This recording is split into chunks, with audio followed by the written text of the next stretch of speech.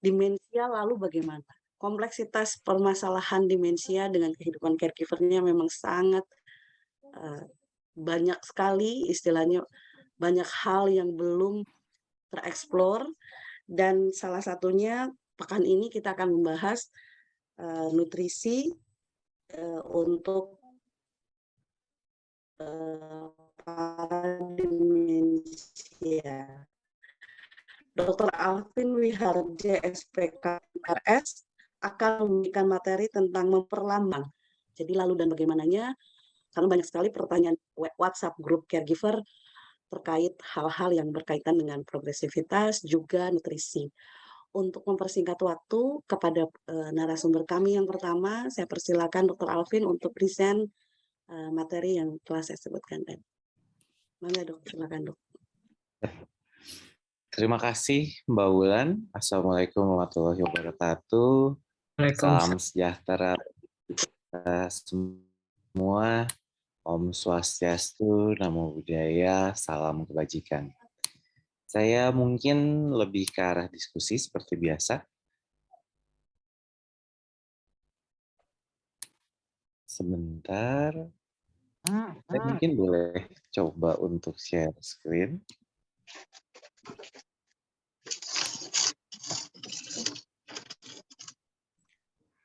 Oke.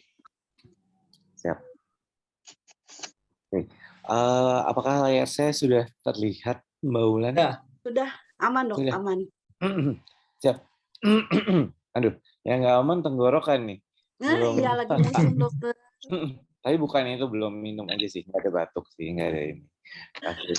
Oke, kita hari ini akan membahas bagaimana untuk memperlambat demensia dengan olahraga dan nutrisi seimbang, yang sebenarnya sudah sering kita bahas, namun mungkin ada beberapa tambahan, ada beberapa kaitan yang dihubungkan dengan gaya hidup atau lifestyle, sebenarnya seperti itu.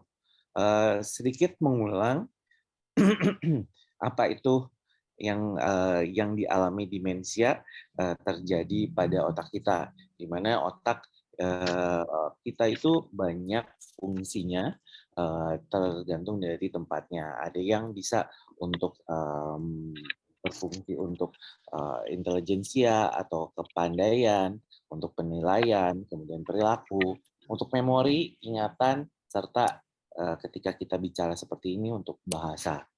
Jadi kalau kita lihat dari penyakit Alzheimer yang setelah sering kita bahas, itu gampangnya adalah kita bandingkan antara otak yang sehat dengan otak yang mengalami penyakit yang disebut dengan Alzheimer, di mana kita bisa melihat bahwa secara garis besar adalah ukurannya itu yang akan berbeda. Pada otak yang sehat, dia akan memiliki ukuran yang standar atau cukup baik, tetapi jika dibandingkan dengan Alzheimer, dia ada penurunan atau istilahnya bisa menyusut seperti itu. Nah, ini yang cukup penting yang akan mungkin kita bahas. Lalu bagaimananya itu adalah bagaimana kita bisa mengontrol faktor-faktor resiko dari Alzheimer, yaitu faktor resiko yang dapat diubah. Kalau tidak dapat diubah, ya kita tidak bisa melawan kodrat alam ya istilahnya. Seperti usia kan pasti akan selalu bertambah. Jenis kelamin dan juga riwayat keluarga secara genetik itu pasti akan menambah pada kita masing-masing. Oke, yang dapat diubah itu justru seperti tekanan darah tinggi, kolesterol yang tinggi, obesitas, kebiasaan rokok, tingkat kebugaran, serta nutrisinya. Nah, nutrisi ini nanti juga dihubungkan dengan faktor-faktor resiko yang dapat diubah ini, sebenarnya seperti itu. Secara singkat, sebenarnya lalu bagaimananya itu pencegahan tepatnya. Pencegahan adalah lebih baik dibandingkan dengan daripada mengobati. Sebenarnya kalau berpikir nih, pemikirannya, wah kalau mencegah tuh kayaknya mahal ya. Makanannya harus dibenerin nih. Kalau beli makanan yang istilahnya makanan sehat gitu, kok kayak lebih mahal sih dibandingkan dengan snack-snack yang mungkin digoreng gitu, yang ada di pinggir jalan. Tapi sebenarnya kalau dipikir-pikir, itu justru eh, kalau sudah terjadi nih, kalau sudah terjadi penyakitnya itu justru akan lebih mahal lagi dibandingkan dengan cara kita mencegahnya seperti itu. Oke, seperti kita tahu bahwa evolusi manusia tuh berubah dari zaman dulu yang harus usaha ketika kita mau mendapatkan sesuatu. Mungkin ini menarik sih sebenarnya. Kita bisa apa ya? Nanti mungkin narasumber yang cocok untuk melihat bagaimana perubahan zaman. Mungkin Dokter Yus ya, Dok.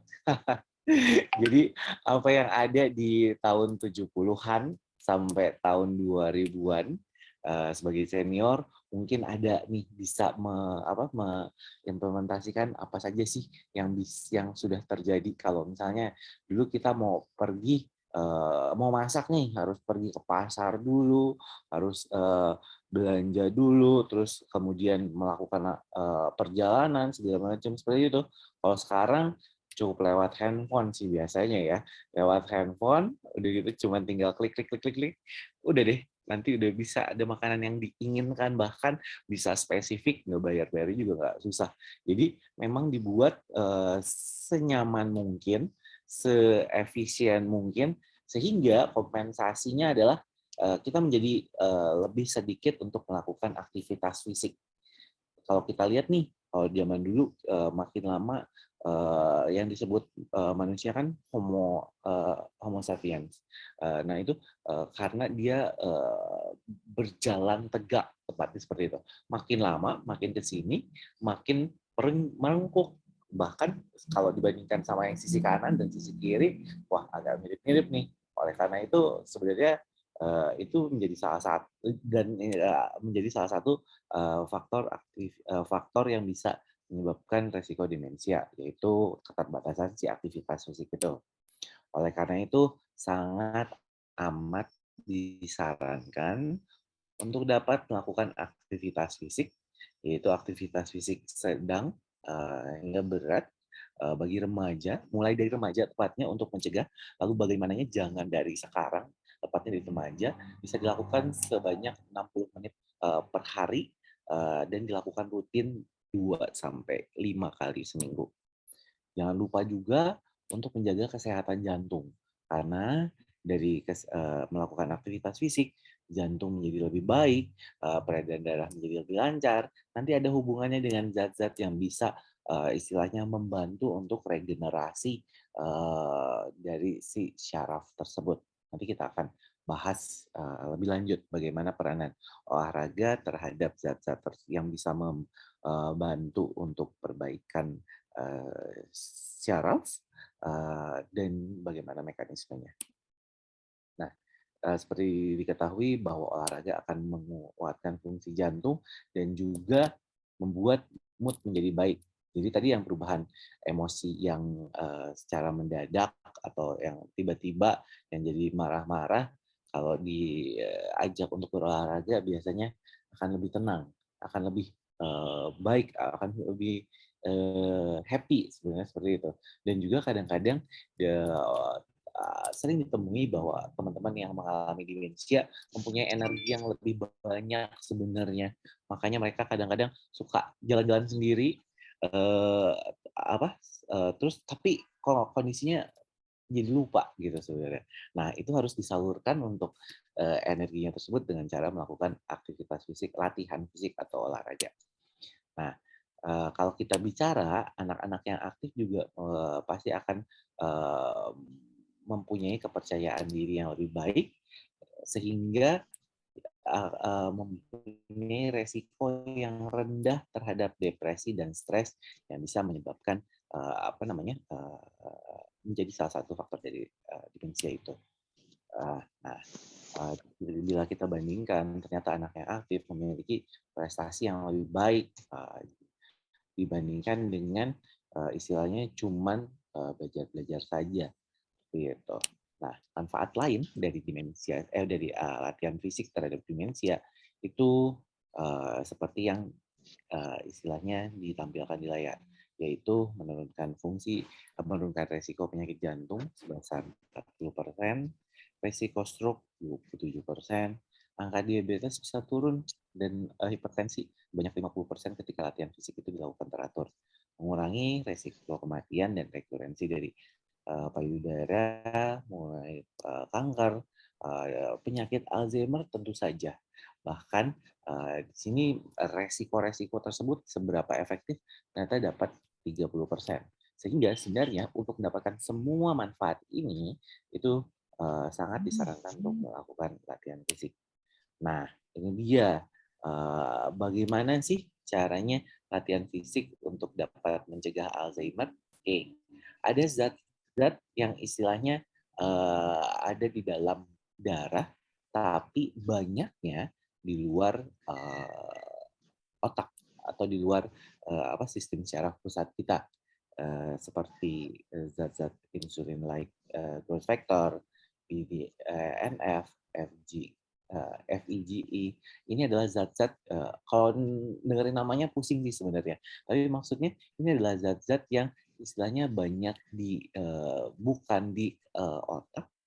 Dengan latihan fisik dia akan menurunkan blood-brain barrier, jadi sawar otak, lapisan pelindungnya dibukain sedikit supaya si zat-zat ini bisa lebih gampang untuk masuk dan bisa untuk perbaikan, sehingga di dalam otak dia memiliki efek proteksi pada fungsi otak pada usia lanjut.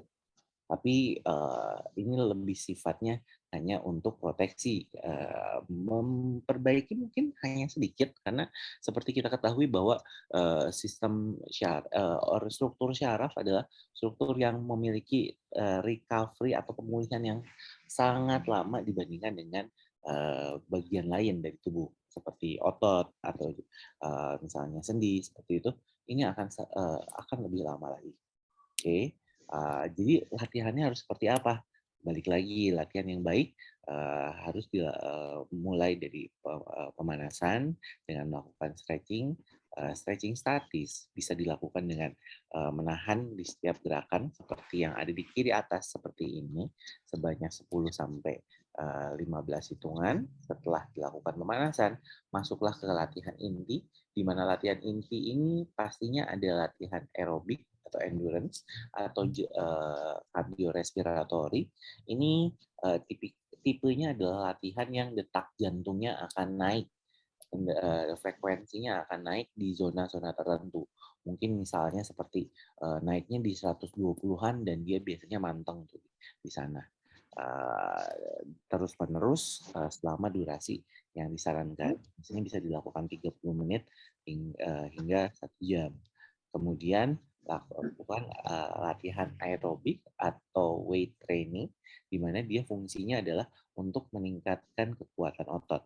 Nah, di sini tipe latihannya biasanya adalah ketika dia olahraga, terus kemudian berhenti dulu, latihan lagi, kemudian berhenti lagi. Jadi kayak ada set dan ada interval waktu istirahat di antaranya. Oke, jangan lupa setelah melakukan latihan inti, lakukan cooling down dengan cara stretching statis lagi sebanyak 10 sampai 15 kali hitungan. Nah, gaya hidup aktif yang termasuk dari gaya hidup aktif itu adalah mengurangi waktu inaktif. Inaktif itu dalam artian waktu santainya sebenarnya, seperti duduk lama di depan layar atau duduk-duduk atau goleran sebenarnya, tidur-tiduran, itu sebaiknya dikurangi. Jangan lupa juga untuk memberi jeda setiap duduk setiap 2-3 jam. Jadi biasakan untuk berjalan kaki, misalnya ke tempat yang Di dekat telepon. makan siang ataupun sekolah. Nah, kalau kita bicara tentang nutrisi, pertanyaannya bukan, harus makan apa ya untuk mencegah demensia? Katanya mungkin makan jahe, karena kalau makan jahe bentuknya mirip otak katanya. Jadi banyak morongkal-morongkalnya gitu. Beringing di mana ya? Kalau nggak makan apa namanya, temulawak seperti itu, Ada kadang nggak? mirip. Nah, sebenarnya, Di luar jangan nggak? berpikir, zat tersebut atau zat apa yang makanan apa yang harus dipilih. Yang harus dipenuhi adalah isi piringnya. Makanlah seperti biasa dengan komposisi yang tepat, dengan jumlah yang tepat, dan juga dengan jenis yang tepat. Seperti yang sudah selalu dicanangkan untuk, program gizi seimbang oleh, Kementerian Kesehatan kita, bahwa setiap kali makan, jangan lupa ada makanan pokok yang isinya sepertiga dari piring, kemudian ditambah dengan lauk pauk, yaitu isinya protein, buah-buahan, dan sayuran. Sayuran, buah-buahan itu bisa memenuhi setengah dari piring. Oke, jangan lupa juga untuk minum sebanyak 8 gelas sehari. Nah, makanan yang ada di piring ini harus disesuaikan dengan masing-masing kondisi dari teman-teman. Misalnya teman-teman atau ODD-nya memiliki riwayat penyakit masing-masing. Misalnya diabetes. Ketika dia ada diabetes, berarti yang harus dihindari adalah makanan-makanan yang memiliki kadar glukosa yang tinggi dan juga indeks glikemik atau istilahnya penyerapan gulanya, penyerapan si karbohidratnya sangat tinggi. Misalnya kayak makan bubur. Makan bubur mungkin boleh sih, tapi jangan pagi, siang, malam terus-menerus. Kecuali ada yang lain ya, maksudnya ada gangguan mulut sehingga makannya susah gitu, dia harus lebih lunak, ya tidak masalah. Tapi kalau misalnya yang memiliki indeks glikemik yang kadar gulanya tinggi dan mudah diserap, itu sebaiknya dihindari. Kemudian kolesterol, kalau memiliki kolesterol berarti harus dilihat lagi nih, kolesterol yang meningkat adalah LDL atau HDL. Biasanya teman-teman dari gizi selalu bilang bahwa ada sedikit perbedaan untuk jenis kolesterol yang dialami. Misalnya ada yang boleh yang disarankan untuk mengurangi apa namanya makanan yang di deep fried atau kadar kolesterolnya tinggi atau tepung-tepungan atau zat lain. Kalau obesitas sudah pasti nih salah satu faktor resiko dari si demensia itu, berarti prinsipnya adalah eh, keseimbangan energi. Energi yang keluar itu harus lebih besar. Energi yang keluar dihasilkan dari olahraga. Oke, dan juga energi yang masuk, jangan lupa ini yang penting juga, harus lebih kecil. Jadi kalorinya memang nggak boleh terlalu banyak ketika kita memiliki potensi atau goal untuk mengatasi obesitas tersebut. Oke, tapi lebih tricky lagi, lebih harus jeli lagi pada orang tua atau pada ODD yang istilahnya usianya sudah cukup sepuh, di mana penurunan massa otot yang massa tubuh berat badan yang berlebihan itu berdampak pada massa otot. Oke, sehingga target utamanya sebenarnya adalah bukan untuk mengurangi si massa berat badannya, tetapi lebih mengkonversi massa lemaknya menjadi massa otot. Oke, seperti itu. Dan juga hipertensi. Hipertensi sudah kita ketahui bahwa itu adalah salah satu faktor penyebab dari pemberat dari si demensia itu atau Alzheimer. Nah, sehingga dietnya pun diet khusus untuk eh, hipertensi, di mana hanya makanan gizi seimbang, tetapi juga rendah bila sudah terjadi Alzheimer. Lalu bagaimana nih? Tergantung stadium. Seperti kita ketahui sampai sekarang itu Alzheimer itu belum dapat diobati, hanya baru kita dapat kita cegah, sehingga tergantung stadium. Ketika stadiumnya masih ringan-ringan, aktivitas fisik untuk itu selalu ditingkatkan, dan juga kalau kita berkonsultasi dengan rekan-rekan dokter spesialis neurologi atau syaraf, pasti ada medikamentosa atau obat-obatan yang bisa membuat atau menjaga setidaknya stadiumnya tidak bertambah. Nah, kemudian jangan lupa yang kita bahas hari ini adalah meningkatkan sehat, ya, olahraga dan juga asupan nutrisinya tersebut. Di sini target utamanya adalah untuk memperlambat si progresivitas dari Alzheimer tersebut. Ini adalah 10 tanda Alzheimer brosur yang tadi kita sudah lihat nih videonya di depan. Selalu diulang karena Alzheimer kadang-kadang sulit untuk dikenali kalau tidak terbiasa, atau kadang-kadang dianggap biasa untuk pikunnya. Wah, ini karena udah tua nih, wah, penyakit orang tua, ya udah biarin aja. Nggak seperti itu juga. Justru dengan kita tahu dan kita kenali gejala umum, kita dapat mencegah untuk progresivitas yang lebih lanjut. Take home message-nya, jangan lupa untuk menjadi aktif, sehingga ketika kita menjadi aktif, kita bisa menjadi lebih sehat. Tahu faktor resiko, karena setiap faktor resiko itu penanganannya akan berbeda-beda. Yang punya obesitas akan beda dengan yang punya hipertensi. Yang punya hipertensi akan beda dengan yang punya obesitas. Yang punya obesitas, hipertensi, dan diabetes itu mungkin akan beda lagi. Jadi harus disesuaikan dengan masing-masing kondisi. Tapi setidaknya tahu apa yang harus dilakukan pertama kali, yaitu dengan melakukan yang benar, dengan melakukan yang reguler, mulai coba untuk berolahraga ringan. Ini salah satu yang selalu dikampanyekan, kurangi resiko terkenanya Alzheimer dengan cara menjaga kesehatan jantung, bergerak dan berolahraga, konsumsi sayur dan buahan untuk gizi seimbang, menstimulasi otak, fisik, mental, dan spiritual yang nanti mungkin akan dibahas oleh narasumber selanjutnya, bersosialisasi dan beraktivitas positif. Terima kasih. Akhir kata, jangan maklum dengan pikun. Saya kembalikan kepada moderator. Wassalamualaikum warahmatullahi wabarakatuh. Salam sejahtera bagi kita semua. Om Santi Santi. Santi Om. Terima kasih Dr. Arvin atas sharing materi dan penjelasannya. Baik, kita melangkah ke acara berikutnya, materi berikutnya. Pertanyaan mungkin akan kita kolek dulu nih biar seru. Jadi Q&A tetap di akhir acara sebelum kita foto bersama, setelah kita berfoto bersama. Dan selanjutnya ada partner saya ini, partner in crime yang sampai malam kita masih koordinasi ya Mbak Feb. Jadi kita kali ini orang-orang di belakang layar menjadi narasumber. Entah apa nih Dr. Novelin memberikan mandat ini.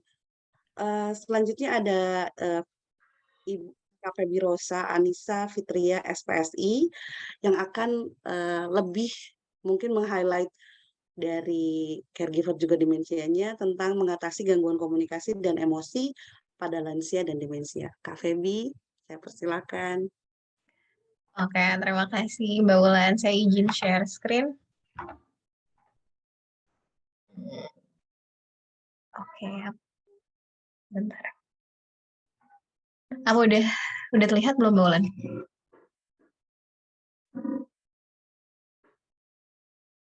Udah ya? Oke. Oke, selamat pagi Bapak Ibu semua gitu ya, kakak-kakak yang hadir di sini. Senang sekali gitu hari ini saya dikasih kesempatan buat berbagi. Yang biasanya kita ada di belakang layar sama Mbak Wulan, hari ini kita double job ya, apalagi Mbak Wulan jadi MC juga gitu. Terus nanti sharing juga. Nah, oke, hari ini materinya adalah mengatasi gangguan komunikasi dan emosi pada lansia dengan demensia. Gitu. Jadi ini isinya tips sih, jadi sharing gitu. Karena kan dalam merawat yang namanya dalam merawat caregiver, dalam merawat orang dengan demensia itu penuh dengan tantangan gitu ya, seperti yang kita tahu. Baik bagi orang keluarga yang merawat maupun bagi orang yang di-hire gitu untuk merawat. Karena kan kondisi orang dengan demensia itu yang sebelumnya sudah dijelaskan gitu ya di beberapa pertemuan sebelum-sebelumnya gitu ya, bahwa kondisinya itu akan menurun gitu, fungsi otaknya akan menurun secara progresif Sehingga nanti mereka akan mengalami kesulitan dalam mengingat sesuatu, dalam mengkomunikasikan sesuatu pada orang lain gitu, dalam berpikir dengan jelas maupun pada akhirnya dalam merawat diri mereka sendiri. Seperti itu. Dan demensia ini sendiri juga bisa menyebabkan perubahan mood gitu dan sikap gitu, dan bahkan sampai ke kepribadian dia gitu ya akan berubah. Nah, untuk mengatasi hal tersebut gitu ya, di kesempatan kali ini saya pengen sharing, tapi kalau misalnya ada ibu dan bapak yang mungkin udah punya pengalaman dalam, merawat ODD gitu ya, merawat ayahnya atau pasangannya, itu bisa sharing juga gitu ya, nambahin tips yang dari saya kasih ini atau mungkin, mengomentari gitu kalau misalnya di sini karena, tips ini bisa jadi, efektif buat salah satu orang, tapi bisa jadi, kurang efektif buat orang lain gitu ya. Karena tiap orang itu kan unik. Nah, oke, agendanya tuh hari ini adalah, eee, ini sebentar. Nah, tips komunikasi dengan demensia, lalu mengatasi, gejala dan perilaku menantang pada ODD. Kenapa yang pertama ini komunikasi? Karena, ketika caregiver, meningkatkan kemampuan komunikasinya, itu akan mengurangi tingkat stres dalam perawatan. Kenapa? Karena, ketika kemampuan komunikasi sudah meningkat, maka, eee, kualitas hubungan dengan, ODD dalam perawatan itu juga akan meningkat. Karena kemampuan dia dalam menangani, eee, ODD tersebut akan semakin baik gitu, sehingga pada akhirnya, orang tersebut, kualitas hidup keduanya, baik caregiver-nya maupun orang yang dirawatnya itu juga akan semakin meningkat, seperti itu. Di sini ada tipsnya ini dengan message. Ini dikembangkan oleh, Queensland University gitu ya, Adobe, tapi nanti saya kasih referensinya di belakang. Message itu yang pertama, M-nya maksimalkan perhatian, E-nya ekspresi dan bahasa tubuh, S-nya sederhana, S-nya sokong percakapan, A-nya ajarkan dengan visual, G-nya gali pesannya, dan E-nya saya nggak nemu bahasa Indonesianya, jadi tetap pakai bahasa Inggris, encourage and engage. Oke, nah yang pertama itu maksimalkan perhatian. Jadi orang dengan demensia itu sulit banget gitu untuk memfokuskan perhatiannya. Jadi ketika kita ngajak ngobrol, kita tuh butuh usaha dulu pertama untuk pancing dulu perhatiannya gitu. Mungkin bisa sapa dengan namanya gitu, atau langsung dengan biasa dia dipanggil oma atau, sayang mungkin ya kalau ke pasangan, atau ayah gitu. Udah gitu kalau misalnya ngajak ngobrol, kita harus sejajarkan gitu ke posisi kita. Kalau misal beliau duduk, kita berdiri, kita ikut duduk. Kalau dia berdiri, kita lagi duduk, kita ikut berdiri gitu. Jadi kita bisa sejajar sama dia dan kita bisa menjaga kontak mata. Dan kontak mata ini perlu kita pertahankan selama menjalin komunikasi gitu dengan, ODD tersebut. Nah, ini akan membantu mereka untuk fokus sama apa yang kita obrolin gitu. Dan ini juga akan meminimalisir gangguan atau distraksi. Selain memang, kita juga perlu minimalisir gangguan itu dengan nge-setting lingkungannya. Nge-setting lingkungannya itu, misalnya kalau misal ada suara TV yang terlalu keras, kita bisa kecilkan volumenya gitu ya. Atau misalnya kita lagi ada di pekarangan rumah yang sedikit bising, kita bisa ajak dulu ke dalam rumah, yang suasananya tuh lebih kondusif gitu untuk kita ngajak ngobrol beliau, gitu. Nah, yang ketiga untuk maksimalkan perhatian itu kita bisa bicara dengan satu orang dalam satu waktu. Jadi, orang dengan demensia itu paling, baik bicara dengan satu orang dalam satu waktu, karena mereka kan susah memfokuskan perhatian untuk bisa nge-split itu ngebagi perhatiannya ke arah-arah yang berbeda gitu. Jadi kalau misalnya kita lagi kumpul keluarga, terus misalnya ada keluarga yang lagi demensia, kita ajak ngobrol, jangan berempuk satu-satu gitu ngobrolnya. Misalnya anaknya dulu, atau istrinya dulu, atau cucunya dulu gitu. Jangan dalam satu waktu, eee, keramaian gitu tektokannya, karena itu akan menyulitkan beliau, seperti itu. Jadi yang pertama M-nya maksimalkan perhatian, yang kedua E-nya ini ekspresi dan bahasa tubuh. Jadi, mmm, sikap dan bahasa tubuh kita itu mengkomunikasikan perasaan dan pikiran lebih tajam daripada kata-kata, gitu. ini nggak cuman ke orang dengan demensia ya, kita ke manusia lainnya pun sama gitu ya. Ketika kita berkomunikasi kan ada bahasa verbalnya, words, ada bahasa non-verbalnya gitu. Dan sebenarnya yang paling gampang ketangkep maknanya itu adalah sikap tubuh sama bahasa ekspresi gitu ya, ekspresi tubuh, ekspresi wajah, maaf. Nah, jadi kita harus sangat sadar gitu ketika sangat sadar dengan bahasa tubuh kita sendiri kalau misalnya ngajak ngobrol. Kalau misalnya kita lagi nggak tenang, itu bisa bikin beliau juga nggak tenang gitu. Jadi kita tetap harus tenang karena yang namanya emosi itu menular.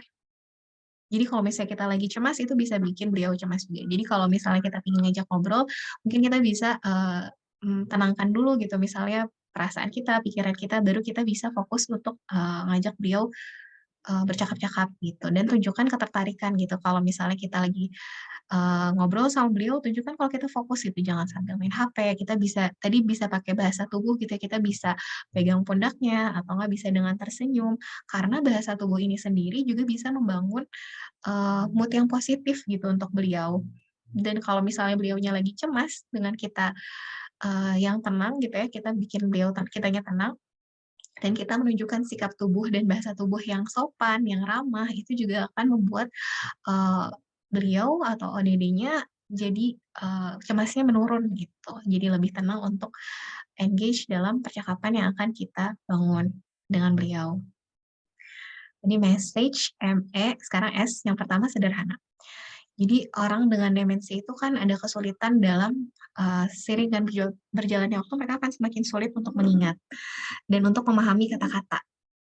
Sehingga penting sekali untuk membuat pesan yang kita sampaikan atau kata-kata yang kita sampaikan itu jadi pendek, sederhana, dan familiar. Bahasanya harus familiar.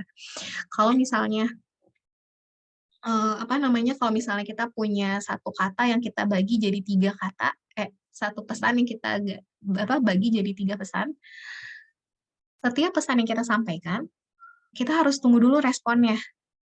Itu untuk membuat kita yakin kalau dia mengerti gitu apa yang kita maksud, seperti itu.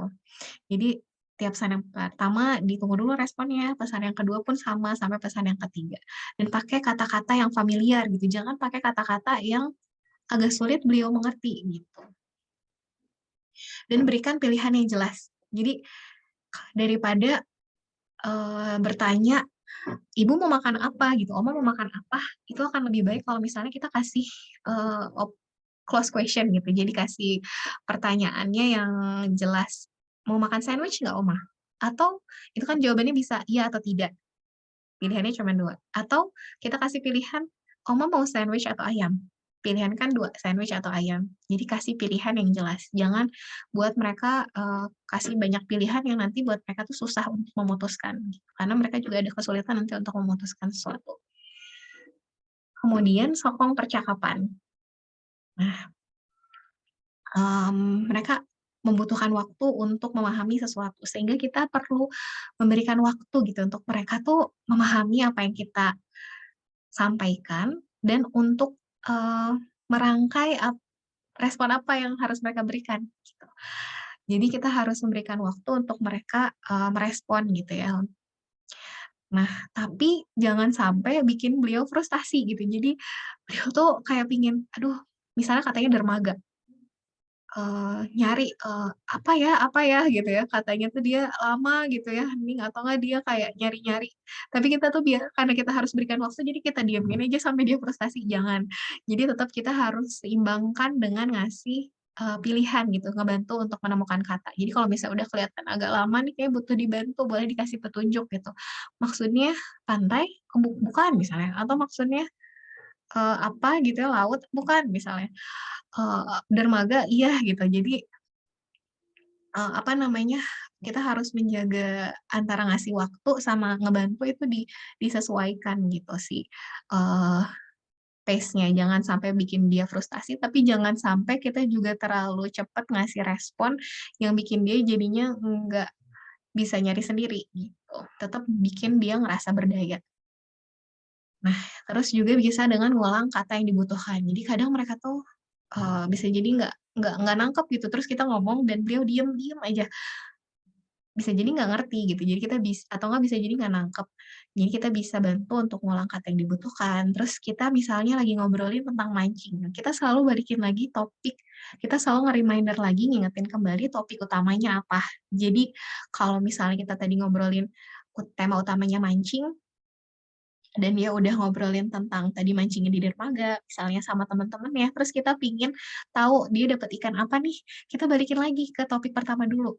Ingetin lagi, tadi kan mancing ya Opa, dapat ikan apa waktu itu? Gitu. Jadi topik pertamanya tuh diselipin lagi untuk diingatkan kembali. Gitu. Itu akan membantu mereka uh, memahami atau membantu mereka untuk merangkai lagi respon apa yang harus mereka buat. Nah, terus bisa ajarkan dengan visual. Tadi ya bahasa tubuh itu selain membantu untuk membangun mood yang positif gitu ya, atau nggak bisa menurunkan kecemasan sama mereka, itu juga bisa membantu mereka untuk lebih memahami apa sih yang sebenarnya kita maksud. Misalnya, oh Oma kita mau keluar, misalnya kita mau keluar, Oma pakai jaketnya. Jadi apa namanya, tangannya tuh menunjuk ke jaket gitu. Jadi oh iya, jadi dia akan lihat terus dia ngambil terus Oma pakai jaketnya. Jadi dengan gestur kita pakai gitu nanti dia akan paham oh iya dia harus pakai jaketnya. Gitu. Jadi informasi visual ini akan membantu mereka untuk memahami makna yang kita sampaikan seperti itu. Kita juga bisa tadi nunjuk objeknya ya. Kalau misalnya kita nyuruh minta beliau pakai jaket, kita tunjukkan gitu jaketnya. Atau misalnya kita lagi ngobrolin gambar apa gitu ya, foto yang ada di album, cerita dia tentang mancing, kita liatin lagi gitu ya, si gambar mancingnya itu, album fotonya. Kan sebelumnya memang udah dijelasin juga yang minggu lalu kalau yang sama Dokter Chandra bahwa salah satu cara untuk meningkatkan atau mempertahankan memori itu adalah dengan buka-buka lagi gitu ya album-album untuk diceritakan kembali gitu ya. Nah, terus G-nya tadi message, G-nya gali pesannya. Jadi seiring dengan semakin parahnya gitu ya kondisi ODD, mereka akan semakin sulit untuk menyampaikan apa yang dia maksud. Seringkali mereka itu pakai kata-kata yang nggak tepat gitu, tapi tetap ada makna yang harus kita tangkap. Maksudnya apa gitu. Nah, akhirnya kita tetap harus jadi lebih caregiver tuh harus jadi lebih sensitif dalam mendengar, memperhatikan, dan menggali maksud dari yang dia sampaikan itu apa. Jadi usahanya tuh harus lebih banyak gitu untuk mengerti apa yang dia ingin sampaikan gitu. Nah, jadi kita harus aware juga, kita harus memperhatikan sekali gitu ya pesan verbal yang dia tunjukkan. Jadi ekspresinya, dan kita itu bisa tahu hal itu dari lebih mengenal apa sih sebenarnya yang beliau suka, apa yang beliau nggak suka, rutinitasnya beliau apa, seperti itu. Terus yang terakhir itu encourage sama engage. Penting banget untuk tetap aktif gitu ya, membuat demensi ODD ini aktif, salah satunya dengan tetap aktif menjalin percakapan dengan mereka. Jadi kita tetap harus kasih kesempatan untuk mereka berbincang, kita kasih topik yang menarik, yang familiar buat beliau, atau yang bahkan sederhana gitu, yang sehari-hari. Misalnya lagi nyisir, terus kita jadi ngobrolin apa gitu ya, model rambut, atau kita lagi buka album, ceritain album-album yang momen-momen ketika album itu di-capture, seperti itu. Jadi penting banget untuk terlibat untuk memberikan kesempatan mereka berbincang-bincang seperti itu. Nah, tadi setelah kita bisa meningkatkan kemampuan komunikasi kita dengan ODD, dengan message tadi, nah terus gimana sih mengatasi gejala dan perilaku menantang dari ODD? Nah, kita bisa pakai 4R. Yang pertama reassure, yakinkan kembali. R-nya lagi yang kedua reconsider. Kita pakai perspektifnya atau sudut pandangnya beliau, terus redirect, arahkan, dan R-nya tetap tenang.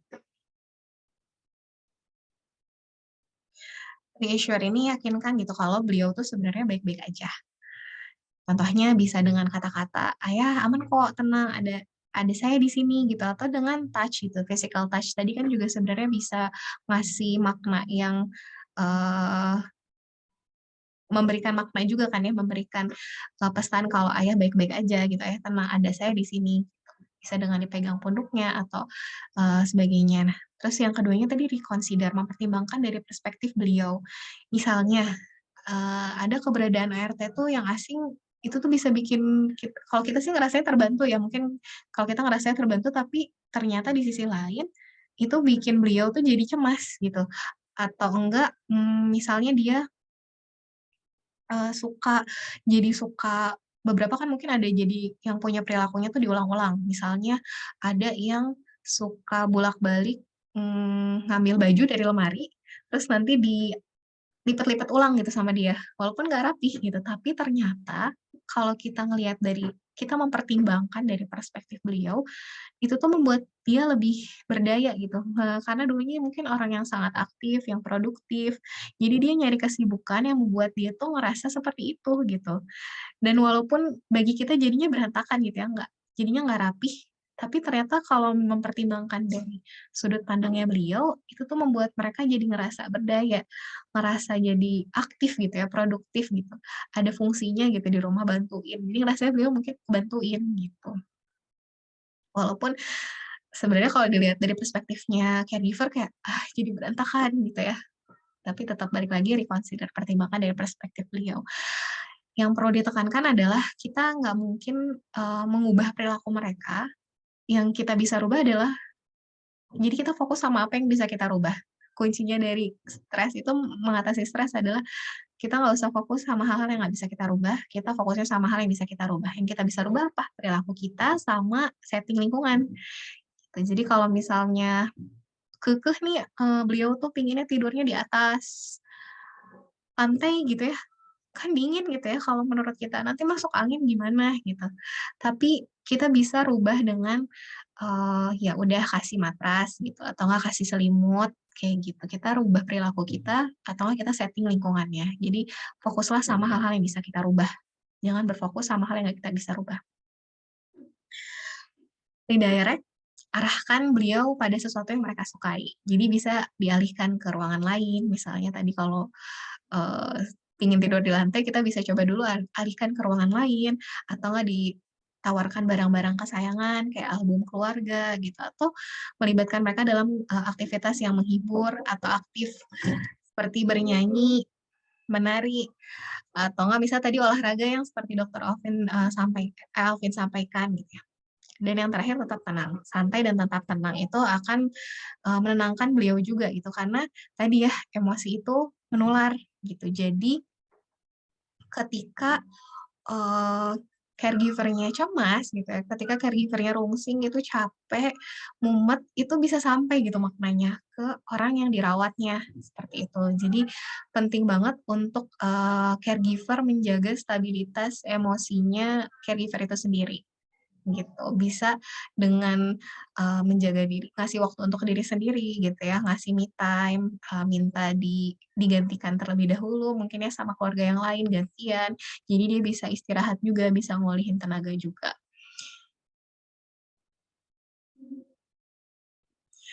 Nah, ini ada beberapa perilaku lain yang bisa diatasi dengan salah satunya 4R itu dan tips komunikasi yang tadi udah disebutin ya, message.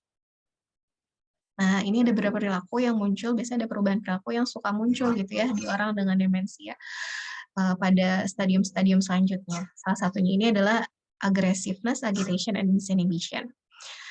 Nah, ketika misalnya ada perilaku yang seperti ini, agresif gitu ya, jadi galak atau enggak jadi suka marah-marah, ngambek gitu ya, kita bisa terapkan 4R tadi.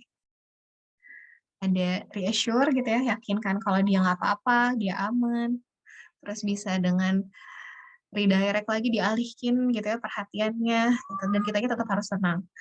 Sama bisa pakai tips komunikasi gitu ya.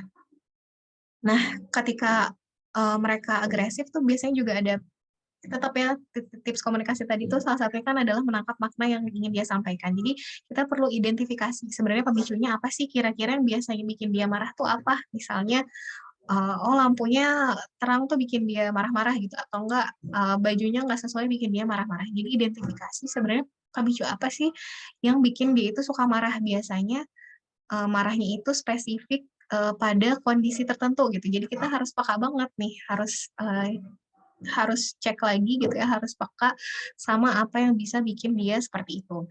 Sama cek kondisi medis, bisa jadi beliau marah-marah karena memang ada sesuatu gitu di badannya yang bikin dia nggak nyaman gitu. Jadi kita harus cek kondisi medisnya, sama konsultasi ke dokter kalau misalnya emang kita udah kewalahan nih, kayaknya butuh saran, butuh ke dokter, bisa cek ke neurolognya gitu ya, atau geriatrinya, gerontologinya.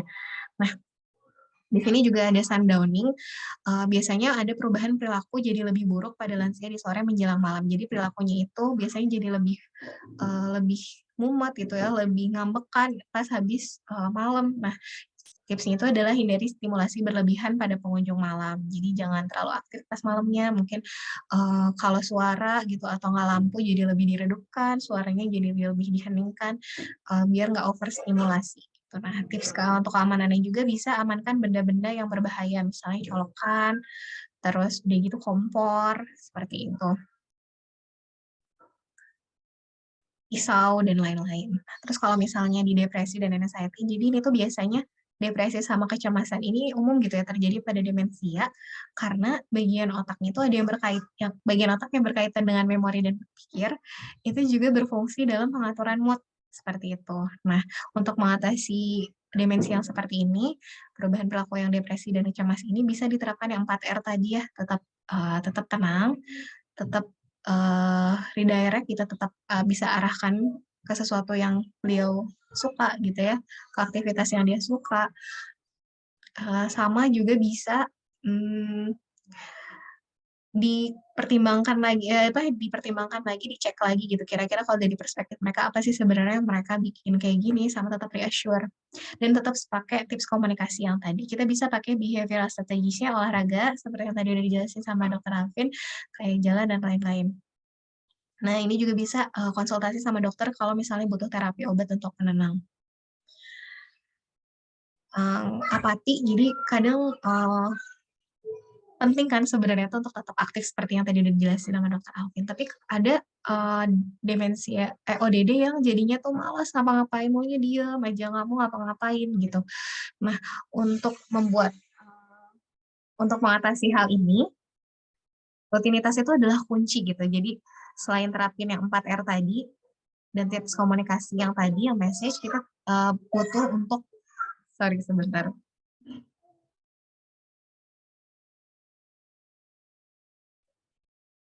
Oke, rutinitas itu adalah kunci. Jadi tetap harus untuk biar mereka tetap aktif, kita butuh bikin rutinitas yang jamnya tuh sama gitu. Untuk makan jam berapa, untuk hygiene atau mandi jam berapa, dan lain-lain. Jadi mereka itu aware, oh ada jadwal yang harus dilakukan gitu, selain dia berdiam diri aja. Tapi intinya jangan dipaksa. Jadi tetap nggak boleh dipaksa. Jadi tetap harus sabar gitu ya. Dan tetap pakai 4R yang tadi. Tetap tenang kalau misalnya mereka nolak untuk ngelakuin hal yang harusnya dia lakuin. Tetap pertimbangkan lagi maksud yang dia mau tuh maknanya seperti apa, dan tetap berusaha untuk ngalihin gitu. Nah, yang terakhir ini ada wandering. Mungkin dari sini ada beberapa demensia yang perubahan perilakunya itu wandering gitu. Jadi dia suka pingin coba untuk keluar-keluar gitu ya, berkeliaran keluar rumah. Nah, ini tuh bisa bahaya karena mungkin sebenarnya mereka itu nginget hal-hal dari masa lalu, kayak misalnya mereka tuh harus kerja atau mereka tuh harus ke pasar gitu ya. Nah, untuk mengatasi hal ini bisa gunakan isyarat visual, kayak misalnya kasih tanda stop di pintu gitu yang cukup gede pas menuju pintu keluar, yang mungkin nanti dijelasin lagi sambulan. Mungkin kuncinya bisa digeser, tapi juga pastiin kalau misalnya buka pintu dengan cepat itu juga bisa gitu kalau misalnya ada urgensi kayak misalnya kebakaran. Terus juga bisa gunakan alarm atau bel kalau ada orang yang keluar gitu ya, kalau ada yang buka pintu. Terus juga kalau misalnya ini tipsnya mungkin ada beberapa yang kecolongan gitu ya, hilang. Tipsnya itu bisa pakai gelang identitas atau bisa pakai GPS pada benda yang dia pakai seperti misalnya jam.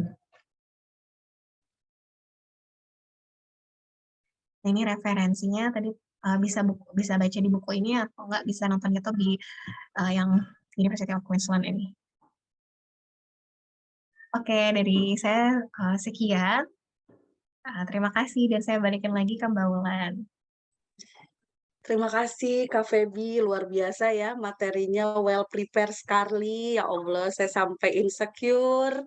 Saya tidak buat slide, tapi mungkin nanti lebih ke sharing.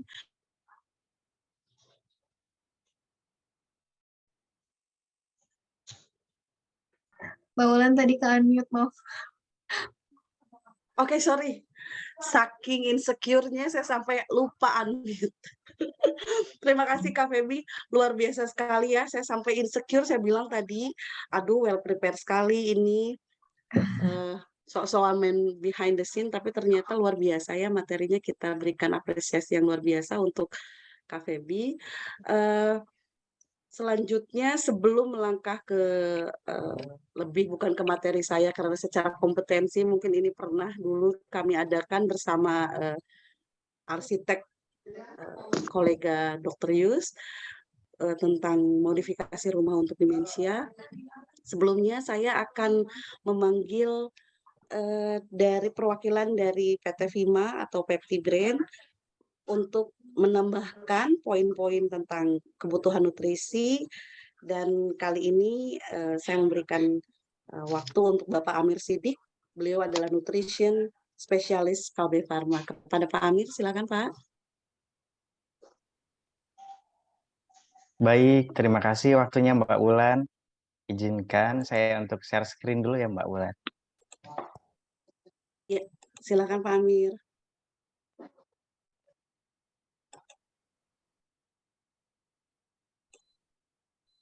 Sudah muncul untuk slide-nya? Sudah Pak, iya. Baik, selamat siang dokter, selamat siang Mbak Wulan, selamat siang juga untuk peserta webinar. Perkenalkan, saya Amir Sidik dari PT Venusol Prima Pharma Internasional. Izinkan saya untuk sedikit sharing mengenai introduction of Pepti Brain, solusi tepat penunjang asupan gizi untuk neurologi.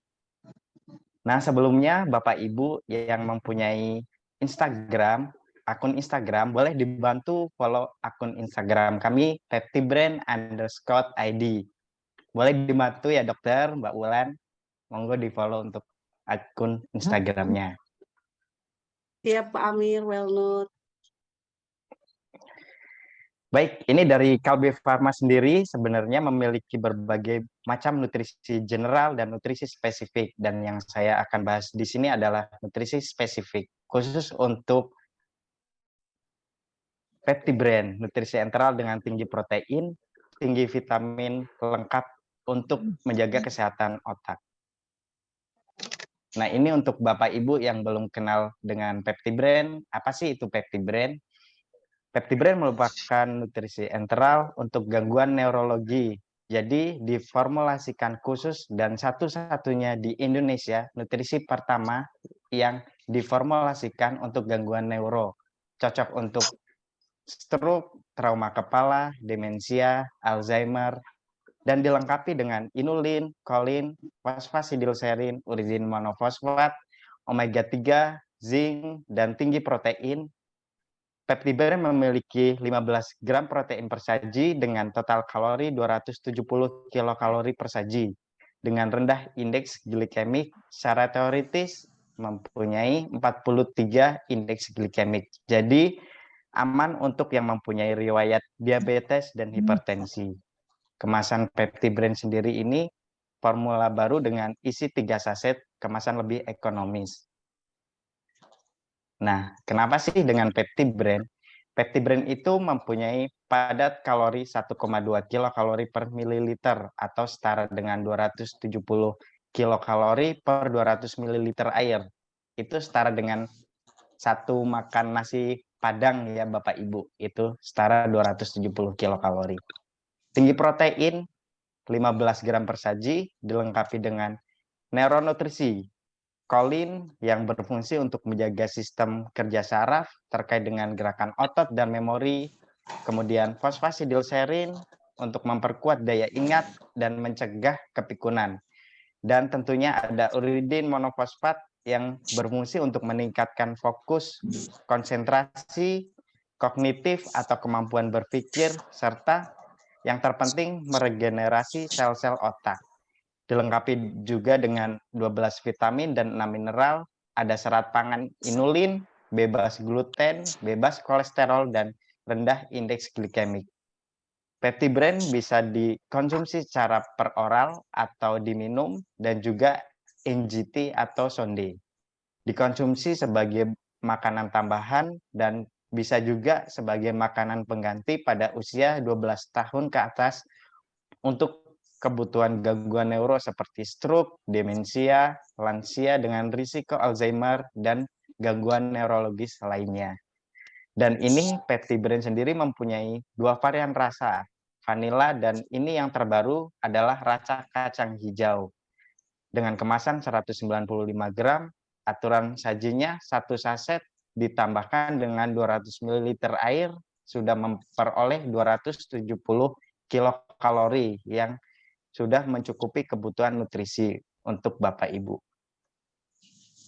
Nah, ini untuk selama periode hari ini dengan H+2 hari setelah acara ini ada promo Peptibren.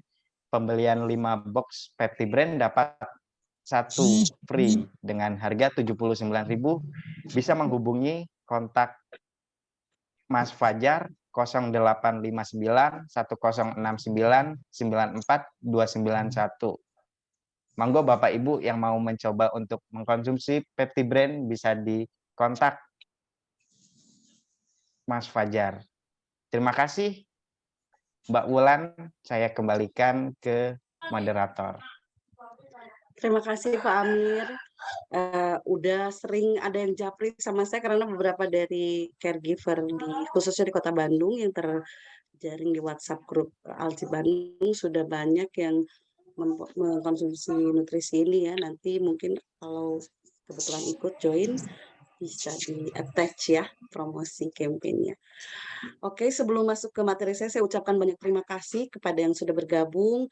Saya betul-betul tegang karena ini pengawasan dari Dr. Yustiani Diko tentunya Dok. Ini pertama kali saya bukan sebagai narasumber mungkin karena saya mengikuti perjalanan pendampingan caregiver ODD di Kota Bandung semenjak tahun 2013 bersama Dr. Yustiani, hanya berdasarkan apa yang saya dengar dari sharing session. Dulu kita sebelum pandemi sering berkumpul di satu tempat, mendengarkan keresahan, keluh kesah para caregiver terkait masa-masa merawat para ODD-nya masing-masing. Jadi ini mungkin lebih ke journey experience yang dialami oleh para ODD, para caregiver yang mendampingi ODD. Saya ucapkan say hi dulu nih yang sudah join. Ada Kak Amalia dari Korwil Alzi Belanda, ada Kak Mike, Eksekutif Direkturnya Korwil Alzi Pusat, dan tentu saja teman-teman ibu-ibu yang hadir dari Korwil Alzi Bandung, juga para caregiver dari WhatsApp group Alzi Bandung. Baik, sebelum saya share, saya mungkin nggak share screen karena saya pengen lebih interaktif. Saya akan membuka sesi curhat mungkin ya. Jadi kita akan buka kembali memori kilas balik zaman-zaman dulu kita sharing session di Perisai Husada, di Prodia bersama bersama para ODD. Tetapi sebelum itu saya mungkin akan lebih share bahwa senior living di luar negeri yang saya dengar ada di negara Inggris, mereka mempunyai tempat tinggal untuk para seniornya. Kalau di kita mungkin lebih familiar dengan panti jompo, tapi di sana sudah sangat berkembang lebih jauh, dan ini rasanya mungkin di negara kita harus bisa mengikuti karena ruangan di negara-negara tersebut yang dikhususkan untuk para pasien demensia dibuat interior desainnya berdasarkan kamar pribadi sesuai dengan kamar para ODD-nya. Jadi mereka membawa propertinya seperti foto-foto, kenangan, wallpaper dibuat setup di mana mereka karena kan memori akibat penurunan fungsi memori, mereka hanya mengingat memori-memori lama, akhirnya dibuat interior design yang betul-betul pada saat mereka mengingat memori itu. Jadi memudahkan aktivitas sehari-hari, mempersempit kesulitan untuk mereka merasa asing dengan properti-properti baru. Jadi dibuat seperti itu. Mudah-mudahan negara Indonesia bisa mengikuti negara-negara yang sudah melakukan ini. Baik, saya akan sedikit share, tapi lebih membuka prolog saja, melempar prolog tentang, karena sebetulnya di bulan Februari kemarin ada Insinyur Krismanto yang membantu kami untuk share tentang materi ini. Jadi kalau saya secara kompetensi arsitek bukan gitu ya. Tadi Mbak Feby bilang, aduh saya mah orang dapur nih, biasanya ini tahu nih Dr. Novelin kasih PR-nya berat banget buat saya, tiba-tiba harus jadi narasumber ya. Baik, Bapak Ibu, dokter semua, jadi sebetulnya kalau untuk modifikasi rumah yang seperti apa yang cocok untuk demensia yang hidup bersama caregiver-nya, itu pertama kali adalah secara global adalah bentuk ruang. Jadi lansia sebisa mungkin dijauhkan dengan banyaknya sekat-sekat atau partisi yang membatasi antar ruang, membutuhkan luas ruang yang besar, sehingga pada ruang yang memiliki aktivitas tidak berbeda, seperti area tamu dan area untuk menonton TV atau keluarga dapat disatukan untuk memberi kesan ruang yang lebih luas. Segala kebutuhan aktivitas perlu dijadikan satu pada lantai dasar sehingga memudahkan lansia dalam bergerak. Dan tidak lupa menyediakan kamar tidur dan kamar mandi yang berdekatan. Itu mungkin yang lebih basic ya. Jadi dengan berkembangnya seni interior ataupun kayaknya kan kalau interior rumah apalagi tinggalnya sama mamahnya generasi baby boomers terus diurusnya sama yang milenial gitu.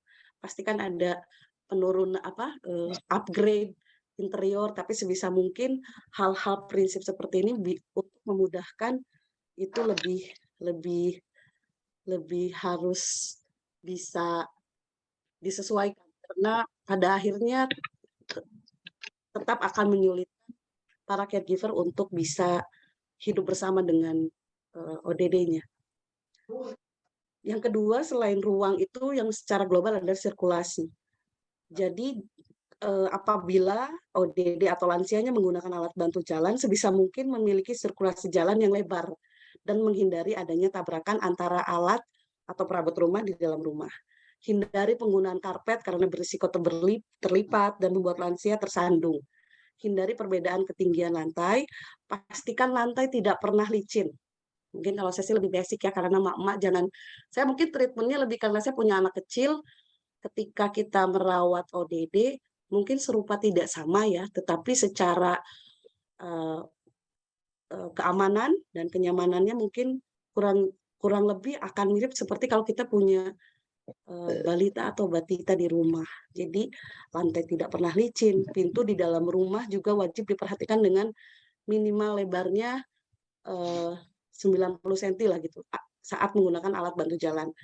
Tak hanya sirkulasi jalan, tangga di dalam rumah juga menjadi hal yang baik untuk diperhatikan. Tangga wajib memiliki untuk berjalan dan ujung anak tangga diberikan tekstur guratan. Jadi ada teksturnya agar dapat mencegah agar kaki tidak mudah terpeleset dalam menaiki atau turun tangga. Bahkan sebaiknya pada stepnos ini menggunakan warna yang lebih gelap untuk mudah dilihat pada waktu naik anak tangga. Dan warna rumah, gunakan warna-warna yang cerah yang menjadi titik fokus baik pada dinding ataupun elemen interior dan dekorasi yang dapat membantu lansia demensia untuk mengingat ruang. Pilihlah warna yang nyaman untuk dipandang oleh mata dan juga memberikan kesan tenang, nyaman, dan memberikan semangat. Selanjutnya ada perabotan. Pilihlah perabotan dengan ketinggian yang mudah dijangkau, akan tetapi bila terlalu tinggi dapat disediakan alat bantu untuk mengambilnya dengan mudah. Yang basic mungkin ada sofa. Sofanya pilih yang tidak terlalu keras tapi juga tidak terlalu lembut karena bisa menyebabkan lansia sakit pinggang. Apabila terdapat perabot yang memiliki bagian yang tajam, tutup ujung yang tajam tersebut dengan pelindung khusus. atau bila perlu ada modifikasi. Jadi kenapa dibilang ramah lansia, santun lansia ya untuk interior ini. Jadi betul-betul kita persiapkan meminimalisir resiko jatuh, terluka atau injure pada demensia. Gunakan detailing pada perabot yang secara tidak langsung membantu lansia untuk melatih motorik seperti handle, pegangan pintu, ataupun lemari berbentuk bulat sehingga memaksa lansia untuk menggenggam handle. Memanfaatkan hal-hal kecil seperti pegangan kursi ataupun bantal dengan motif yang berbeda-beda dan unik. Dan ini juga mungkin akan membantu melatih otot tangan secara tidak langsung. Nah, ini untuk kamar mandi. Keamanan kamar mandi ini adalah poin krusial, yaitu memberikan grab bar, itu pegangan yang di samping kloset, itu biasanya disimpan di area shower, agar lansia tidak tergelincir dan tetap terjaga keseimbangan tubuh. Kalau sekarang mungkin tadi Dr. Alvin bilang makanan udah bisa Gojek, udah GoFood, sekarang udah ada smart home ya. Jadi fitur-fitur yang sangat bermanfaat untuk demensia. Jadi lampu mungkin kita menghindari kesetrum, konsleting listrik, semuanya bisa menggunakan gadget dan controllingnya bisa pada para caregiver ya. Jadi smart home yang sekarang seperti motion sensor gitu kan, itu lebih mudah untuk menghidupkan, mematikan, itu sangat membantu sekali kita untuk lebih memudahkan kita merawat ODD di rumah.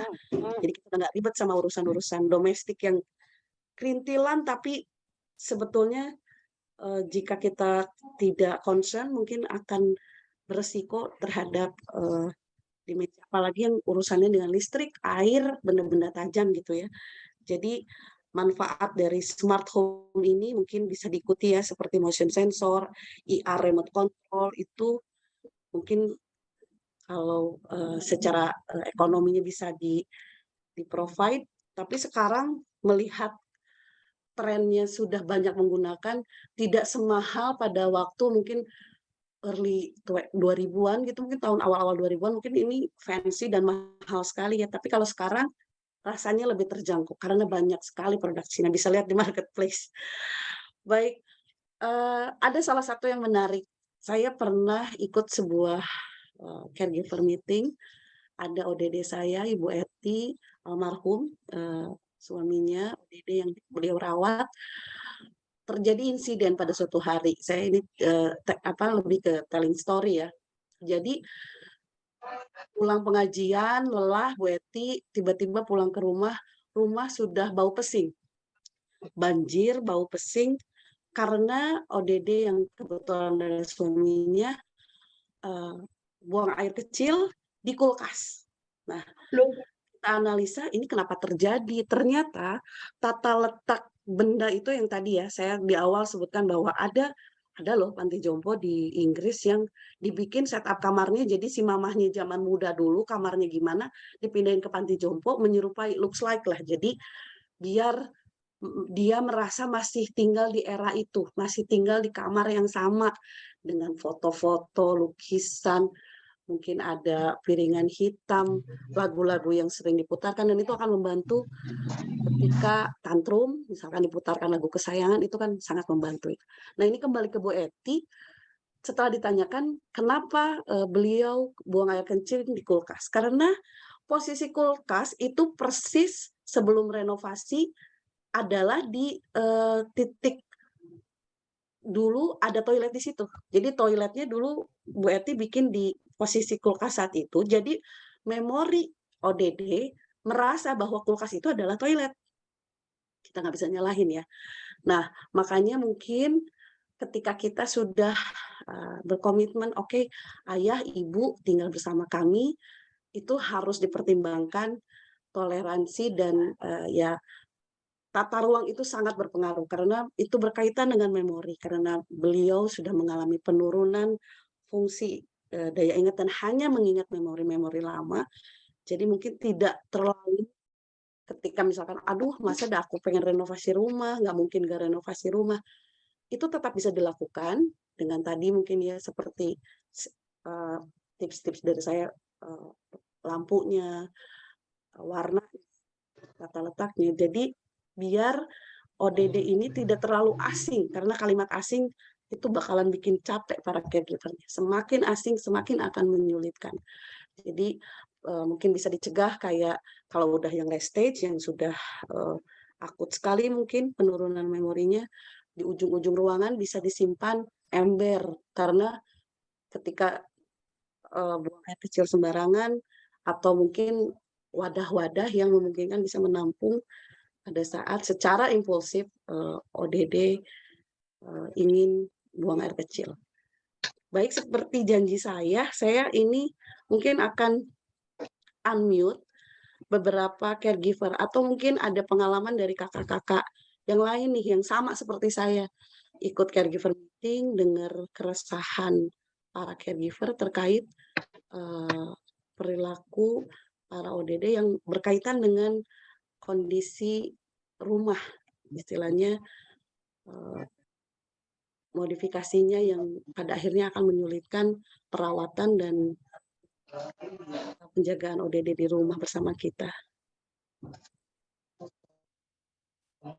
Ada yang ingin share mungkin boleh raise hand, jadi nanti biar saya bukakan, minta tolong Kak Fajar untuk bisa bukakan. Oke. Ada yang ingin menambahkan mungkin, atau Dr. Yus, Dok, ada yang Dr. Yus mungkin sering ketemu nih sama pasien di Bromis atau Perisai Husada di Bandung. Jadi mungkin juga ada yang kalau udah ketemu Dr. Yus, pengobatan rutin tiap bulan, mungkin caregiver nih sering curhat ya, Dok ya. Nah, mungkin ada curhat-curhatan apa yang terkait dengan modifikasi rumah ini, situasi di rumah itu seperti apa, Dok? Mungkin dokter mau menambahkan? Iya, terima kasih Bu Ulan. Saya kira penjelasannya sudah jelas sekali ya, dan yang penting memang keamanan ya untuk dengan ODD itu. Karena pertama mungkin keseimbangan pada saat bergerak juga sudah berkurang ya. Kemudian ketajaman penglihatan juga itu sudah berkurang, kadang nabrak-nabrak tadi yang Bu Ulan sebutkan bahwa harus tempatnya lebih lebar, misalnya. Kemudian pintu-pintu di rumah tadi harus bisa dilewati oleh kursi roda. Kemudian juga mungkin tadi mengenai warna dan lainnya ya. Jadi misalnya jangan warna yang merangsang orang bangun terus untuk kamar tidur, diberikan warna yang teduh, yang tenang ya. Kemudian kunci-kunci tadi sudah dijelaskan oleh Bulan, yang intinya harus aman dan sulit dibuka oleh ODD-nya ya. Karena kalau mudah ya itu dia sering mudah keluar, karena dia bingung sebetulnya, bukan mau merepotkan kita, cuman beliaunya bingung kok ini di mana. Nah, tadi betul sekali bahwa kalau bisa tempat tinggalnya atau kamarnya disesuaikan dengan tempatnya dia dulu ya, karena itu memori yang masih bagus terdapat di dalam memorinya ya. Mungkin susunan tempat tidurnya, kalau ada gambarnya ya, atau misalnya figuranya, kemudian juga apa yang dia senangi itu ditampilkan di dalam. Ya, kemudian juga tadi untuk menghindarkan tadi dari Bibi kan dikatakan bahwa suka ada sundowning yang sore-sore kemudian orangnya jadi gelisah dan lainnya.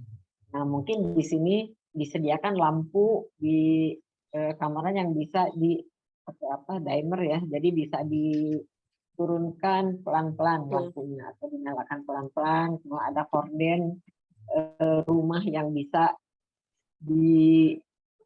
segera dipasang, jadi dia tidak langsung tiba-tiba gelap. Nah, itu membuat dia panik. Betul.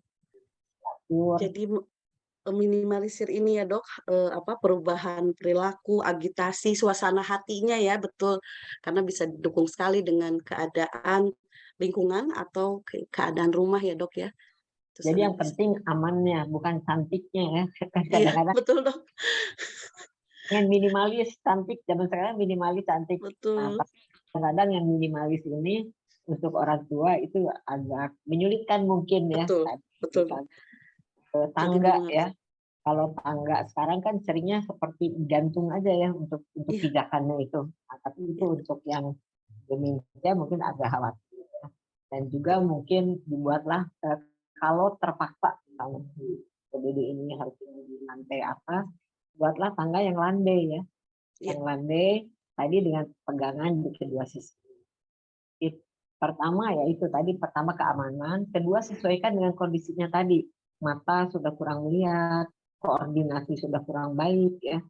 Sehingga itu perlu diperhatikan supaya aman si orang tua ini, karena pada ODD yang biasanya usianya sudah lanjut itu tentu ada perubahan di tulangnya ya, misalnya ada osteoporotik. Jadi kalau dia jatuh itu bisa menimbulkan akibat yang berat sekali karena sembuhnya juga lebih lama ya, kemudian akan timbul komplikasi-komplikasi lain.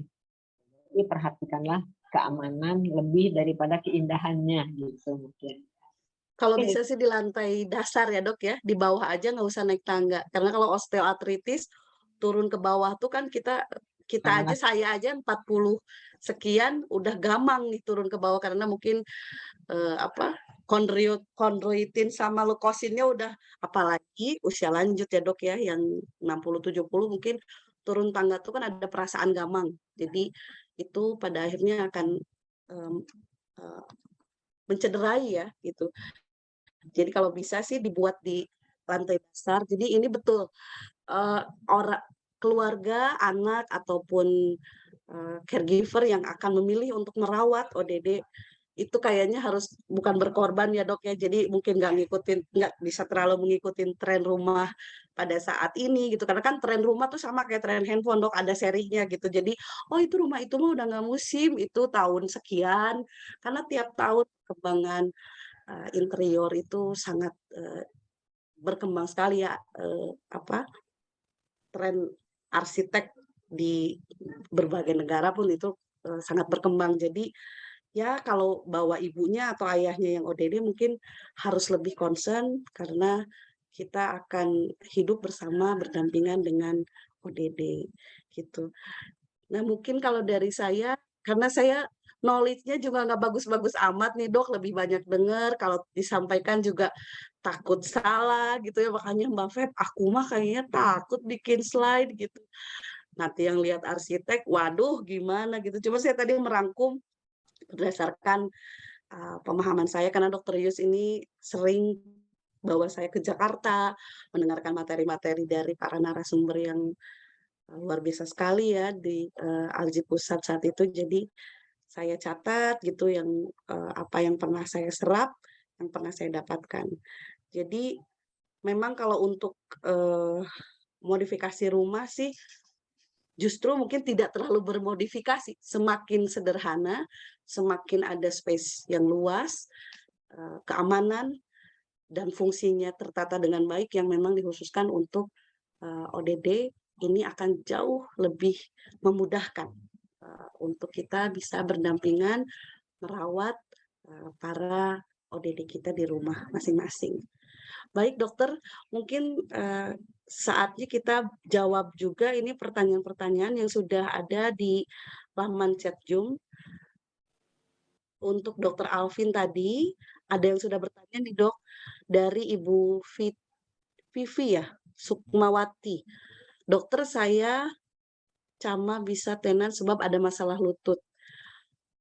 Coma bisa tenan, umur saya 62. Ibu hebat sekali, ini 62, mengetik, mungkin ini tipe, tapi mudah-mudahan Dokter Alvin menangkap nih. Jadi beliau berenang, umurnya sudah 62 tahun, jadi mungkin ada masukan lain, mungkin kan dok, olahraga apa selain renang untuk Ibu Viti Sukmawati ini bisa tetap produktif di usia beliau saat ini, selain yang saat ini beliau lakukan yaitu berenang. Mangga dok, silakan. Siap, terima kasih Mbak Wulan. Saya mungkin menangkap nih arah pembicaraan dari Bu Vivi. Nah, sebenarnya mungkin yang ditanyakan, saya punya masalah nih, masalahnya di lutut sebenarnya. Udah cocok belum dengan olahraga berenangnya tersebut? Dengan masalahnya tersebut sebenarnya sudah cocok karena berenang akan mengurangi pembebanan di lutut, tetapi dia juga sekaligus olahraganya akan meningkatkan kapasitas jantung parunya. Jadi staminanya jadi bagus nih, kerja jantungnya juga jadi lebih bagus, seperti itu. Apa yang bisa lakukan lagi untuk melengkapi apa yang sudah dilakukan oleh Bu Vivi? Satu lagi, mungkin yang biasa akan ditambahkan itu adalah latihan, istilahnya latihan kekuatan ototnya. Jadi misalnya bisa nih sambil di pinggir kolam, duduk di pinggir kolam, biasa kan ada ini apa namanya? Biasa suka ada pelampung yang bentuknya kayak sosis, noodle, atau misalnya pelampungnya biasa atau nggak pakai sama sekali juga nggak masalah. Kita coba untuk gerakan kakinya sih sebenarnya ke arah bawah air. Nah, biasanya itu akan melatih kekuatan ototnya secara baik. Misalnya 10 kali masukin kakinya ke air, tadinya di pinggir kolam, kemudian lurusin, masukin ke dalam, lurusin, masukin ke dalam, seperti itu. Oke, nah itu kan ada beban air yang harus dilawan, itu bisa jadi salah satu jenis latihan beban sebenarnya, seperti itu. Tangan juga jangan lupa, tangannya bisa dimasukkan ke dalam air sambil digoyangkan, tapi karena ini latihan beban, itu boleh diberikan dilakukan 10-15 kali, terus kasih jeda. Setelah lakukan yang kanan, boleh lakukan yang kiri, boleh satu-satu ya, atau boleh sekaligus nggak masalah. Kalau misalnya sudah, lakukan untuk yang bawah dulu, biar yang atas bisa istirahat, seperti itu. Diulangi, itu akan bisa jadi kombinasi untuk latihan bebannya sendiri. Oke, satu yang cukup menarik kalau di dalam kolam, sambil pegangan di pinggir, kolam yang tidak terlalu dalam, coba untuk berdiri satu kaki. Karena untuk orang tua itu keseimbangan cukup penting sebenarnya, gitu. Oke, latihan keseimbangan, apalagi kalau di kolam biasanya akan lebih seimbang sih. Jadi sangat sangat baik. Jangan lupa pegangan. Kalau di tengah kolam takutnya nanti keseimbangannya ini nggak ada yang bisa dipegang sebenarnya. Atau nanti malahnya pegang orang lain ya. Oke, nah terus kemudian fleksibilitas itu boleh sambil maksudnya diregangkan sebelum untuk apa namanya olahraganya itu, oke, peregangan singkat untuk bahu, kaki supaya ototnya lebih elastis dan mencegah cedera. Kurang lebih 4 komponen itu yang bisa melengkapi dari olahraga renang yang sudah dilakukan. Jangan lupa tetap lakukan, mungkin kalau bisa 2 kali, 3 kali seminggu, diselingi yang lain boleh. Begitu. Oke. Terima kasih dokter penjelasannya, mudah-mudahan menjawab Ibu Vivi ya ini ya. Pertanyaan yang ditanyakan oleh Ibu Vivi. Ibu selalu sehat, tetap semangat berolahraga. Ibu hebat nih, usia 62 lebih rajin daripada saya kayaknya olahraganya. Dokter Alvin dari Dokter Yus, apa gunanya pada olahraga harus melalui pemanasan atau aktivitas pendinginan terlebih dahulu?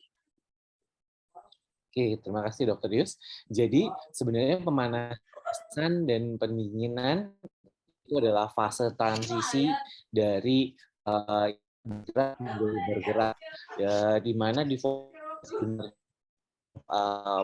fase pemanasan itu banyak latih untuk pegangan, untuk elastisitas dari otot sendiri. Otot tuh seperti karet sih. Jadi dia punya elastisitas. Ketika kita regang dulu, kita kita tarik sedikit, dia akan lebih lentur. Ketika dia lentur, berarti resiko cedera juga akan menurun. Sehingga yang penting adalah konsistensi untuk melakukan latihan tersebut. Jadi bukan cuma sekali doang, tetapi bisa diulang lagi. Jadi tujuannya untuk mencegah cederanya itu dan kesiapan dari otot. Sama halnya dengan jantung, perlahan-lahan kita naikkan satu tahap, kemudian setelah beres pun kita akan turunkan lagi satu demi tahap untuk istilahnya dia kembali ke keadaan normal dan setelah latihan. Kurang lebih seperti itu, dokter. Baik dokter, terima kasih penjelasannya. Mungkin beralih ke materinya Kak Feby nih. Dokternya juga menanyakan nih Kak Feby bahwa ada ODD yang nguntit terus atau shadowing. Jadi itu gimana cara mengatasinya dokter? Mbak tadi kan sudah dibahas juga, ada tipsnya, mungkin Kak Feby bisa menambahkan secara psikologinya, Kak. Oke, jadi shadowing itu ini ya, apa, nempel gitu ya, ke orang yang Apet gitu biasanya ya maksudnya. familiar, apet, iya betul, ngikutin terus ya, dan itu bisa Mhm. bikin jadi, eee, frustasi juga gitu ya buat yang nempelnya, ODD-nya karena nggak bisa jauh gitu ya sama orang yang, caregiver-nya. Terus caregiver-nya juga jadi mungkin terbatasi gitu ya si ruang geraknya karena diintilin terus. Nah, ini tuh bisa jadi kita perlu cari tahu lagi gitu penyebabnya. Nah, ini bisa jadi karena memang, beliau tuh kan ada, masalah memori gitu ya, disorientasi waktu mungkin ya. Jadi kalau misalnya ditinggal sama caregiver, padahal tuh baru berapa menit, tapi dia ngerasanya udah berjam-jam gitu ya ditinggalin, jadinya dia ngerasa cemas gitu ya.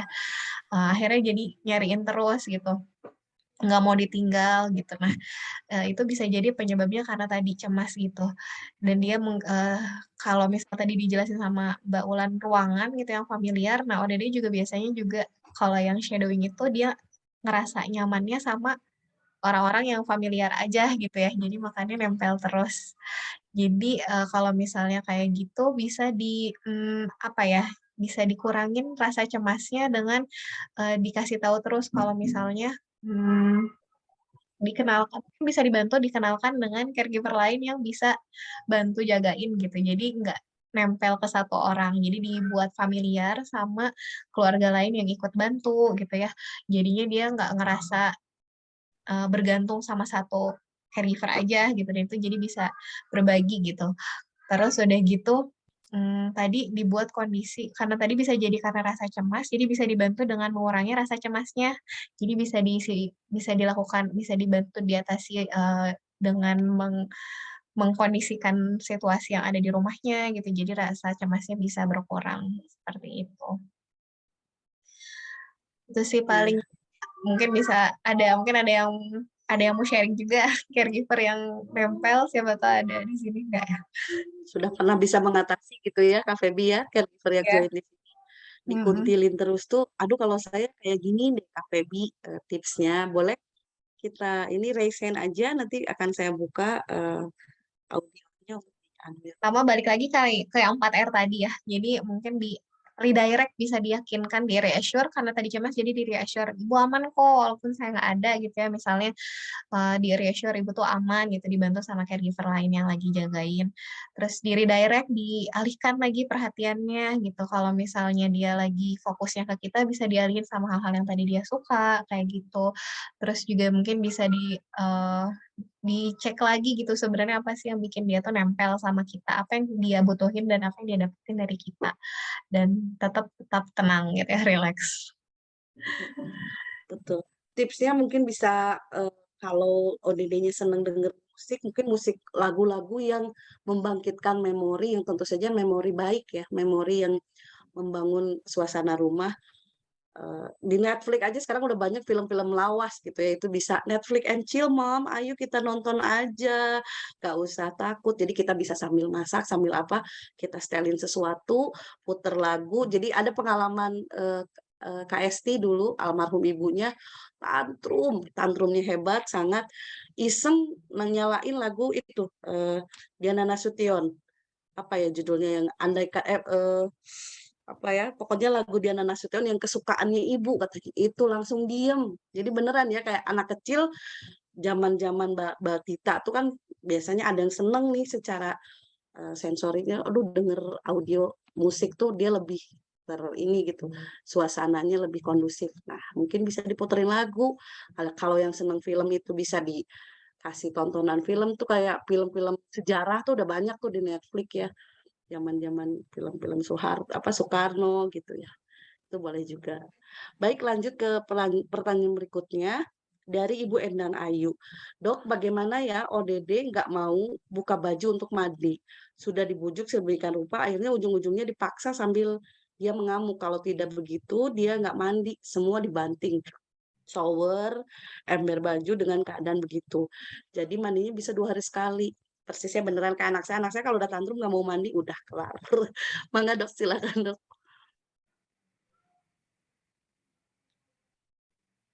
Boleh dari Dokter Alvin, Kak Feby, Dokter Yus, mungkin ada yang bisa di-share, Dok, kalau kesulitan eh, membujuk yang Kemarin pada akhirnya jadi nggak mandi ya.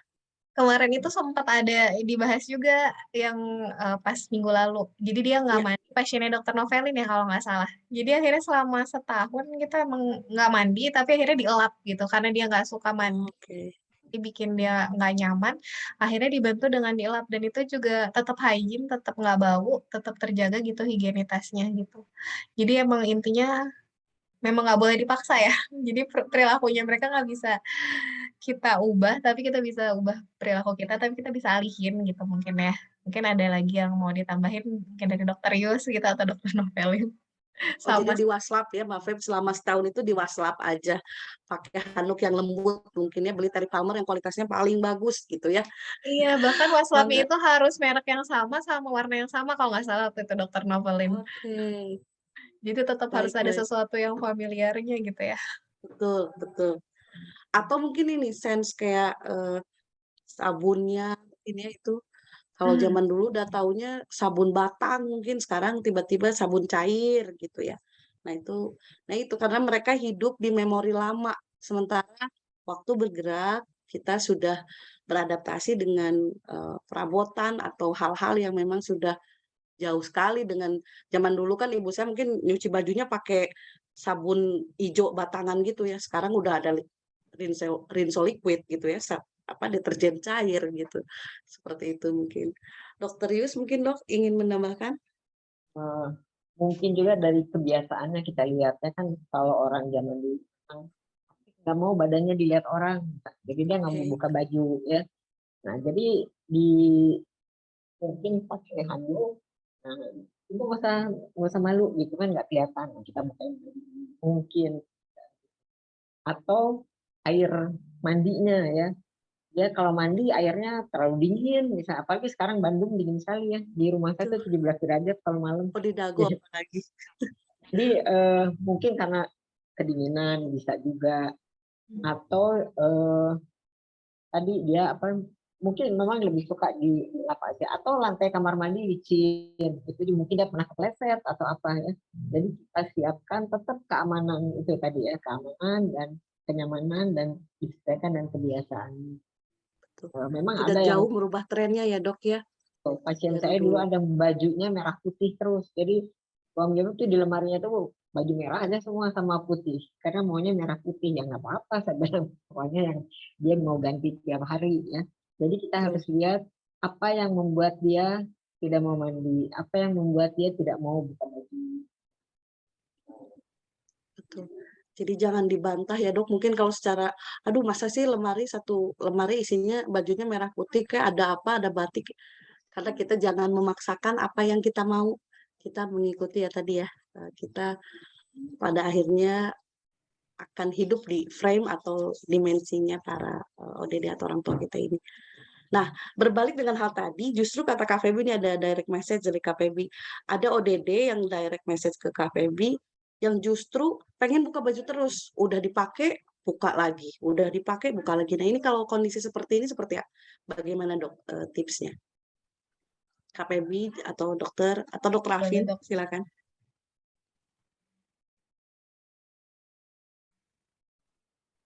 Ada tipsnya mungkin kalau yang kesulitannya caregivernya nih ODD-nya buka baju terus gitu. Mau dari dokter Yes atau dari Feby dulu nanti ditambah sama dokter Yes ya. Lebih dulu deh. Boleh.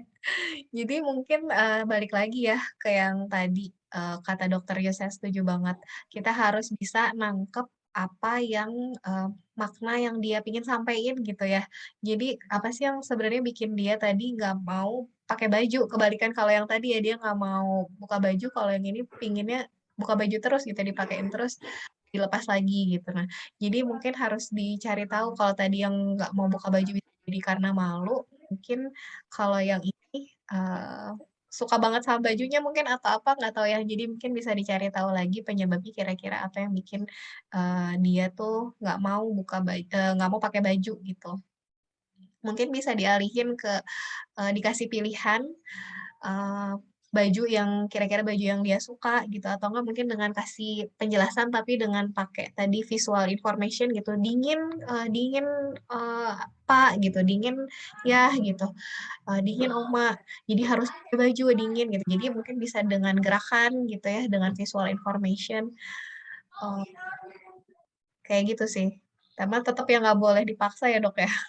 Tuh, ada pasien saya juga Frustasi. yang begitu, tidak mau pakai baju. Nah, sekarang kita lihat kenapa dia tidak mau pakai baju. Kan kalau baju, memang anaknya sayang sekali sampai udah bajunya Mark and Spencer saja kata baju dalamnya dia tetap nggak mau pakai. Nah, saya bilang coba pakaikan yang baju-baju yang sudah lama ya. Sudah lama itu kan dia pertama familiar. Udah tipis ya. Kita juga kan kalau pakai dasar yang udah tipis baru udah beliau ya enak. Dan jadi mungkin tadi jadi jangan dilihat dari keindahannya dan Betul. kita rasa ingin memberikan yang terbaik, tapi berikanlah yang nyaman untuk mereka. Kadang-kadang Yang lebih begitu. familiar ya Dok, yang lebih relate dengan memori beliau. Jadi mungkin kalau tadi, oh anaknya merasa memberikan yang terbaik dengan Mark Spencer. Dan zaman dulu bapaknya pakai kaos cap cabe yang kayak bapak saya itu ya, yang putih gitu oblong, karena lebih nyaman. Nyamannya pasti akan berbeda, dimensi nyaman versi kita dan mereka itu pasti akan berbeda. Atau mungkin kalau saya sih pengalaman kayak anak saya ada yang nggak bisa pakai baju yang ada label tag di belakang itu kan gatrol tuh. Itu bisa digunting dulu gitu karena bikin scratch malah bisa Gatel ya. jadi ya apalagi mungkin seiring usia kulit orang tua kita ODD kita akan lebih tipis gitu ya. Jadi mungkin lebih concern hal-hal yang mungkin kita nggak kepikiran sih diguntingin dulu merek-merek hangtag di belakangnya gitu. Ya tentu saja pemilihan bahan itu 100% katun ya. Nah, katun itu kan ada katun tebel yang pintalan benangnya katun itu kan macam-macam tuh. Jadi kalau untuk ODD mungkin dipastikan yang paling nyaman paling tipis gitu. Kalau kaos tuh jadi kayak ada nih kaos yang saya pakai nih 24S. Nah, itu bisa yang lebih tipis biasanya bahan-bahan yang udah ada eco green, udah katun bambu tuh biasanya yang lebih nyaman gitu ya. Jadi biar eee, lebih si ODD-nya tuh lebih enak pakainya gitu. Kalau sekarang mungkin sudah banyak berkembang, pilihannya makin banyak. Tapi beneran kok si kaos cap cabe itu yang putih itu emang enak banget itu. Yang zaman dulu itu eee, karena nggak terlalu rumit mungkin ya si si bahannya juga nggak terlalu apa ya. Oke, berlanjut ke pertanyaan berikutnya. Ini ada dari ibu yang tadi ya, suaminya Parkinson. Ibu Kiki ya, suami saya Parkinson dan habis operasi tulang belakang. Dokter Alvin mungkin bisa bantu jawab ya. Mata juga kurang awas, jalan susah apalagi olahraga. Sekarang makin rewel, ditinggal ngambek, selalu mau ikut, ada shadowing juga. Kalau saya pergi dititip ke orang lain, marah, minta diteleponin supaya saya pulang. Bicara nggak jelas, nggak tahu mau bilang apa, sempat minta pinball, kita serumah nggak paham mau apa, terus ngambek. Setelah tahu cikibol, cemilan, ya kan yang zaman dulu tuh. Ternyata apa ada tips untuk kondisi ini ya? Pasiennya Parkinson dan habis operasi tulang belakang dan kondisi matanya kurang jelas. Silakan Dokter Alvin ingin menambahkan. Maaf Mbak Bulan, saya tadi baru putus koneksinya. Mungkin Tidak boleh. apa-apa dokter. Ya dok, ini ada pertanyaan dari ibu atau bapak Kiki nih ya. Suaminya yang Parkinson habis operasi tulang belakang, susah jalan apalagi olahraga. Jadi apa nih dengan kondisi yang sudah seperti ini, bisa ada olahraga apa mungkin yang dulu kita pernah ya dok, yang olahraga cukup di kursi aja gitu, yang tidak membahayakan. Mungkin dokter Betul. bisa share juga. Silahkan dok. Olahraganya sebenarnya bisa di kursi, jadi seated exercise, dia cukup aman, dan gerakan-gerakannya cukup simpel. Nanti ini juga sebenarnya materi yang sangat baik. Nanti siapa tahu dari Mas Amir dari KLB bisa bantu untuk kita bikin satu seri misalnya dari Alzi Bandung untuk exercise orang-orang dengan demensia seperti itu.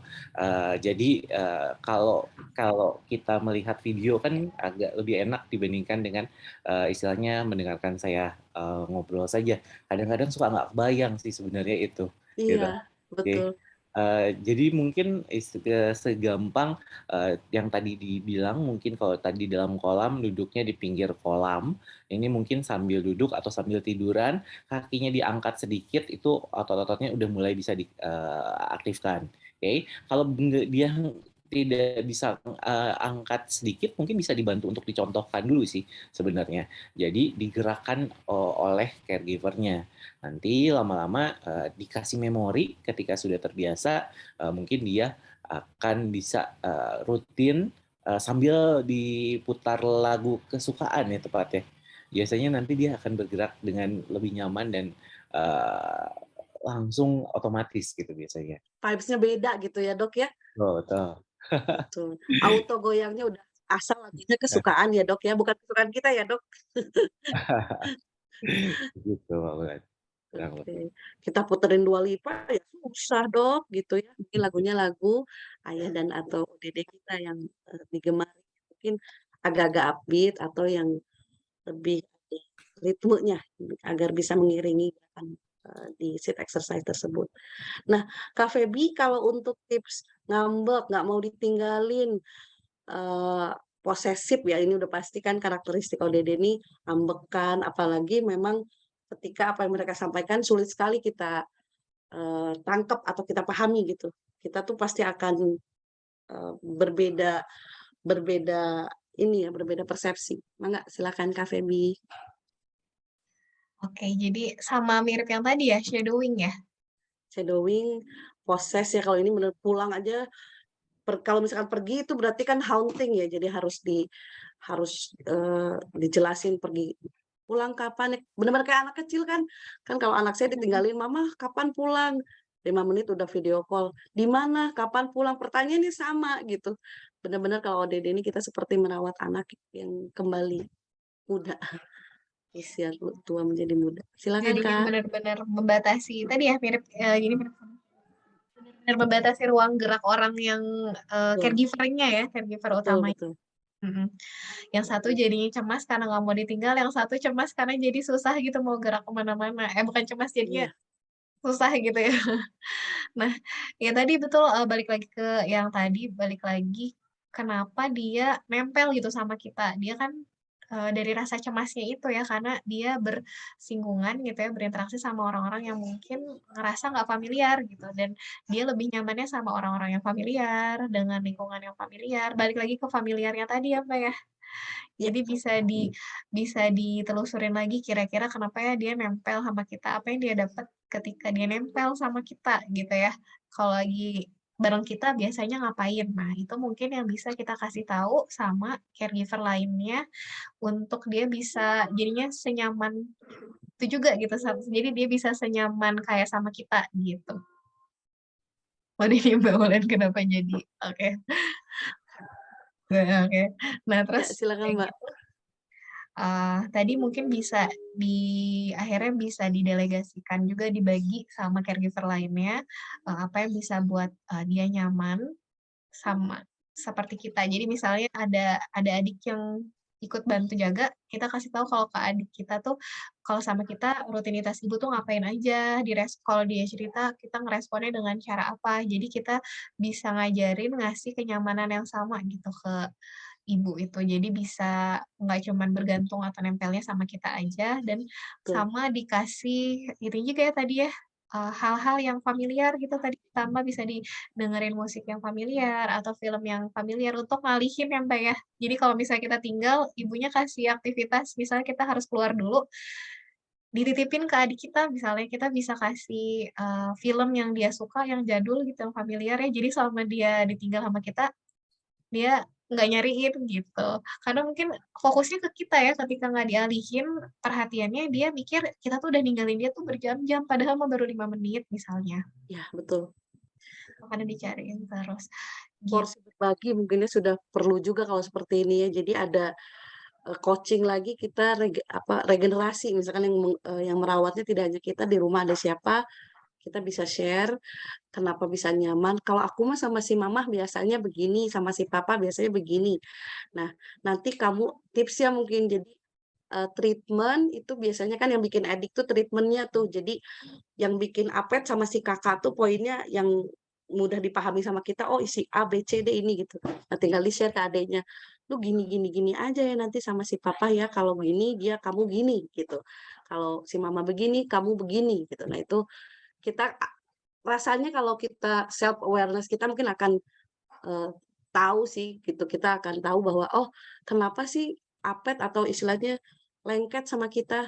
Kita tuh sudah tahu entry point-nya apa gitu. Value-nya kita di mata si ODD ini apa. Jadi itu bisa di-share mungkin ke orang yang ada di rumah selain kita. Betul, Mbak. Gitu. Oh, ini kata Bu Endang, maaf untuk buka baju aja susah. Jadi mungkin ini lebih ada hal-hal yang yaitu ya kotak Pandora yang belum terpecahkan tadi seperti Dokter sampaikan, yaitu riset atau yang mungkin gampang-gampang susah. Saya ngegampangin nih kasarnya karena betul-betul saya tidak merawat ODD, jadi mungkin experience seperti ini bagi yang menjalani pasti akan sangat sulit ya, Kak Feb, gitu. Jadi ini dipersuasi pun sangat sulit sekali karena untuk mandi, itu kan tahapannya untuk mandi, tapi buka bajunya saja udah PR gitu, Kak Feb. Gimana, Kak? Ada Oh, tips tadi lagi itu atau udah tadi ya. Tadi sama udah Mbak ya? sama Dokter Yes yang Oke, bisa oke. cek lagi mungkin beliau malu gitu ya kalau misalnya buka baju, jadi bisa dibantu dengan dililitin dulu anduknya dari awal gitu ya. Oke, Ada yang penutup, jadi dia nggak full telanjang takutnya malu gitu. oke. Nah, selanjutnya ini ada dari Ibu Vita. Dok, bagaimana memberikan aktivitas ODD supaya beliau tidak diam saja di kursi roda atau tidur terus, tapi malam jadi tidak bisa tidur dan rewel. Jadi ini bapaknya usia 87 tahun, stroke, sebelah, sehari-hari di kursi roda, mata glukoma, dan sudah sangat buram penglihatannya. Beliau seperti depresi, jadi diajak jalan sekitar kompleks saja tidak mau. Latihan fisio tidak mau, jemur sambil pijit tidak mau. Sangat khawatir karena kondisi ini kalau ditinggal anak-anaknya yang tidak serumah. Gitu. Gimana, Kak Feby, Dokter Alvin mungkin yang Nah, kebanyakan di kursi roda bisa dipersuasi dengan metode latihan fisik seperti apa mungkin, Dok? oke. Nah, ini sebenarnya tantangan sih sebenarnya. Tantangannya itu dalam artian kita harus ngelihatnya secara global yang tadi sempat dokter disampaikan, bagaimana bisa melihat ODD yang ditangani dari perspektifnya dia. Itu mungkin yang tadi dibilang dari Mbak Febi juga, bagaimana kita bisa mengencourage-nya juga sih sebenarnya itu. Jadi setiap orang mungkin akan berbeda nih tepatnya. Kita harus gali nih kira-kira kebiasaan dia yang bikin aktif itu zaman dulu tuh apa, sehingga nanti bisa kita coba praktekkan sebenarnya itu. Kalau memang belum berhasil, berarti kita coba lagi yang lain sih. Intinya jangan pernah menyerah, tetapi harus fokus juga yang dicoba. Misalnya aktivitas fisiknya ditambah. Aktivitas fisiknya ditambah bisa dengan cara latihan fisio, tadi katanya sudah coba dilakukan ya. Kemudian atau misalnya main yang bisa merangsang daya ingat, kayak yang mungkin sempat kita kita tampilkan dengan kolaborasi dari Alzi Bali, bagaimana peralatan-peralatan yang bisa digunakan, atau mungkin dia bisa merajut seperti itu, atau aktivitas apapun, karaoke misalnya. Nah, dari hal-hal yang simpel seperti itu mulai dulu saja, terus kemudian baru nanti kita ajak dia untuk yang lebih kompleksnya lagi sih. Nah, untuk masalah secara hendaya dan juga motivasi, mungkin Kak Feby bisa memberikan masukan yang lebih detail. Konkret ya. Iya. Silakan Kak Feby. Saya setuju banget tadi idem Dokter Alvin yang bener banget harus ngeh gitu ya apa yang beliau suka, apa yang beliau nggak suka. Tadi bisa di-encourage-nya dari hal-hal yang dilihat lagi gitu ke belakangnya. Balik lagi berarti emang keyword itu adalah familiar gitu ya, sesuatu yang familiar bagi mereka. Kalau misalnya dulu aktifnya jalan, mungkin bisa diajak jalan ya dok. Atau mungkin kalau misalnya familiarnya dulu aktifnya apa, bisa diajak aktivitas yang memang dia suka gitu. Jadi mulailah mengalihkan perhatiannya ke hal-hal yang dia sukain, objek yang dia sukai, aktivitas yang dia sukai, ruangan yang dia sukai, dengan orang-orang familiar bagi dia gitu. Tuh. Jadi itu paling ya kalau dari saya. Jadi banyak-banyak riset ya dok, Kak. Banyak-banyak riset, banyak-banyak brainstorm mungkin dengan bestie-bestinya di zaman dulu waktu di kuliah gitu ya, atau mungkin yang lebih down-nya lagi teman SD mungkin ya kalau masih sempat tetanggaan, kalau dulu si papa sukanya apa. Nah, itu kan riset yang kalau kita tanya sama orang yang hidup 5 atau 2-3 tahun bersama itu mungkin agak mungkin sulit ya karena beliau hidup di memorinya lama gitu. Jadi risetnya jauh ke belakang mungkin ya karena pasti insya Allah ketemu sih kayaknya kayak kita puzzle aja ya itu pasti ketemu. Sama mungkin bisa Baik, dilihat di buku memori albumnya Mbak, iya sambil betul. dilihat. Kadang menggambarkan ya, Sambil diajak ya. menggambarkan di memori albumnya betul. Kalau yang punya diary apalagi lebih enak ya kalau misalkan Kalau zaman suka dulu bikin ya catatan biasanya. gitu ya. Kalau ibu-ibu mungkin kalau biasanya ini. Baik, tak terasa sudah menuju pukul 11, Pak Amir. Jadi kita berfoto dulu sebenarnya tadi harusnya sebelum Q&A kita foto dulu. Kok random aja saya, maafkan saya yang random. Udah lama nggak nge-MC, udah lama apalagi tiba-tiba nge-MC langsung jadi narasumber. Terima kasih Dr. Novlin. Oke, sebelum kita tutup acaranya dan oke, saya sampaikan bahwa webinar kali ini kami disupport oleh Pak Amir dari PT Vima dan mereka juga membantu untuk memberikan merchandise cantik giveaway untuk yang sudah bertanya di laman chat tadi. Kak Feby udah DM saya tuh, Mbak Wulan ini yang bertanya. Kita multitasking jadi narasumber, jadi host juga. Baik, kita berfoto. Saya izin untuk para peserta membukanya. Kak Amelia, lipstick is on. Oke. Udah aman kalau Kak Amelia mah. Aman. Lipstick anti caludih kalau di Bandung bilangnya. Berem ngagedot gitu, Kak. Itu udah seger pasti. Gak usah mandi, Kak. Gak usah. Aku juga gak mandi. Iya-iya aja. Pada Oke, buka dari kartu Alji ya. Salatiga. Sampai bertemu minggu depan. Iya, oke. Yang lain nggak mau buka nih. Dokter Novlin nggak mau buka nih. Kebetulan para pengurus Alji di pekan ini ada kegiatan yang agak-agak bentrok ya. Jadi sambil beraktivitas, sambil di acara yang lain, eh, ikut join sesi di webinar Alji kali ini. Terima kasih atas perhatiannya dan Dr. Alvin, terima kasih atas bantuannya. Itu nggak bosan-bosan. Mbak Wulan mah makasih terus dulu lagi sama Dr. Opin. Kak Feby, mantap. Saya sampai tercengang-cengang, well prepare. Dia WA-an, Kak, aku nggak pakai slide. Enggak, aku juga tenang aja. Ya, mahir sekali psikolog ini. Ya Allah. Oke. Pak Amir, standby. Kak Fajar juga standby.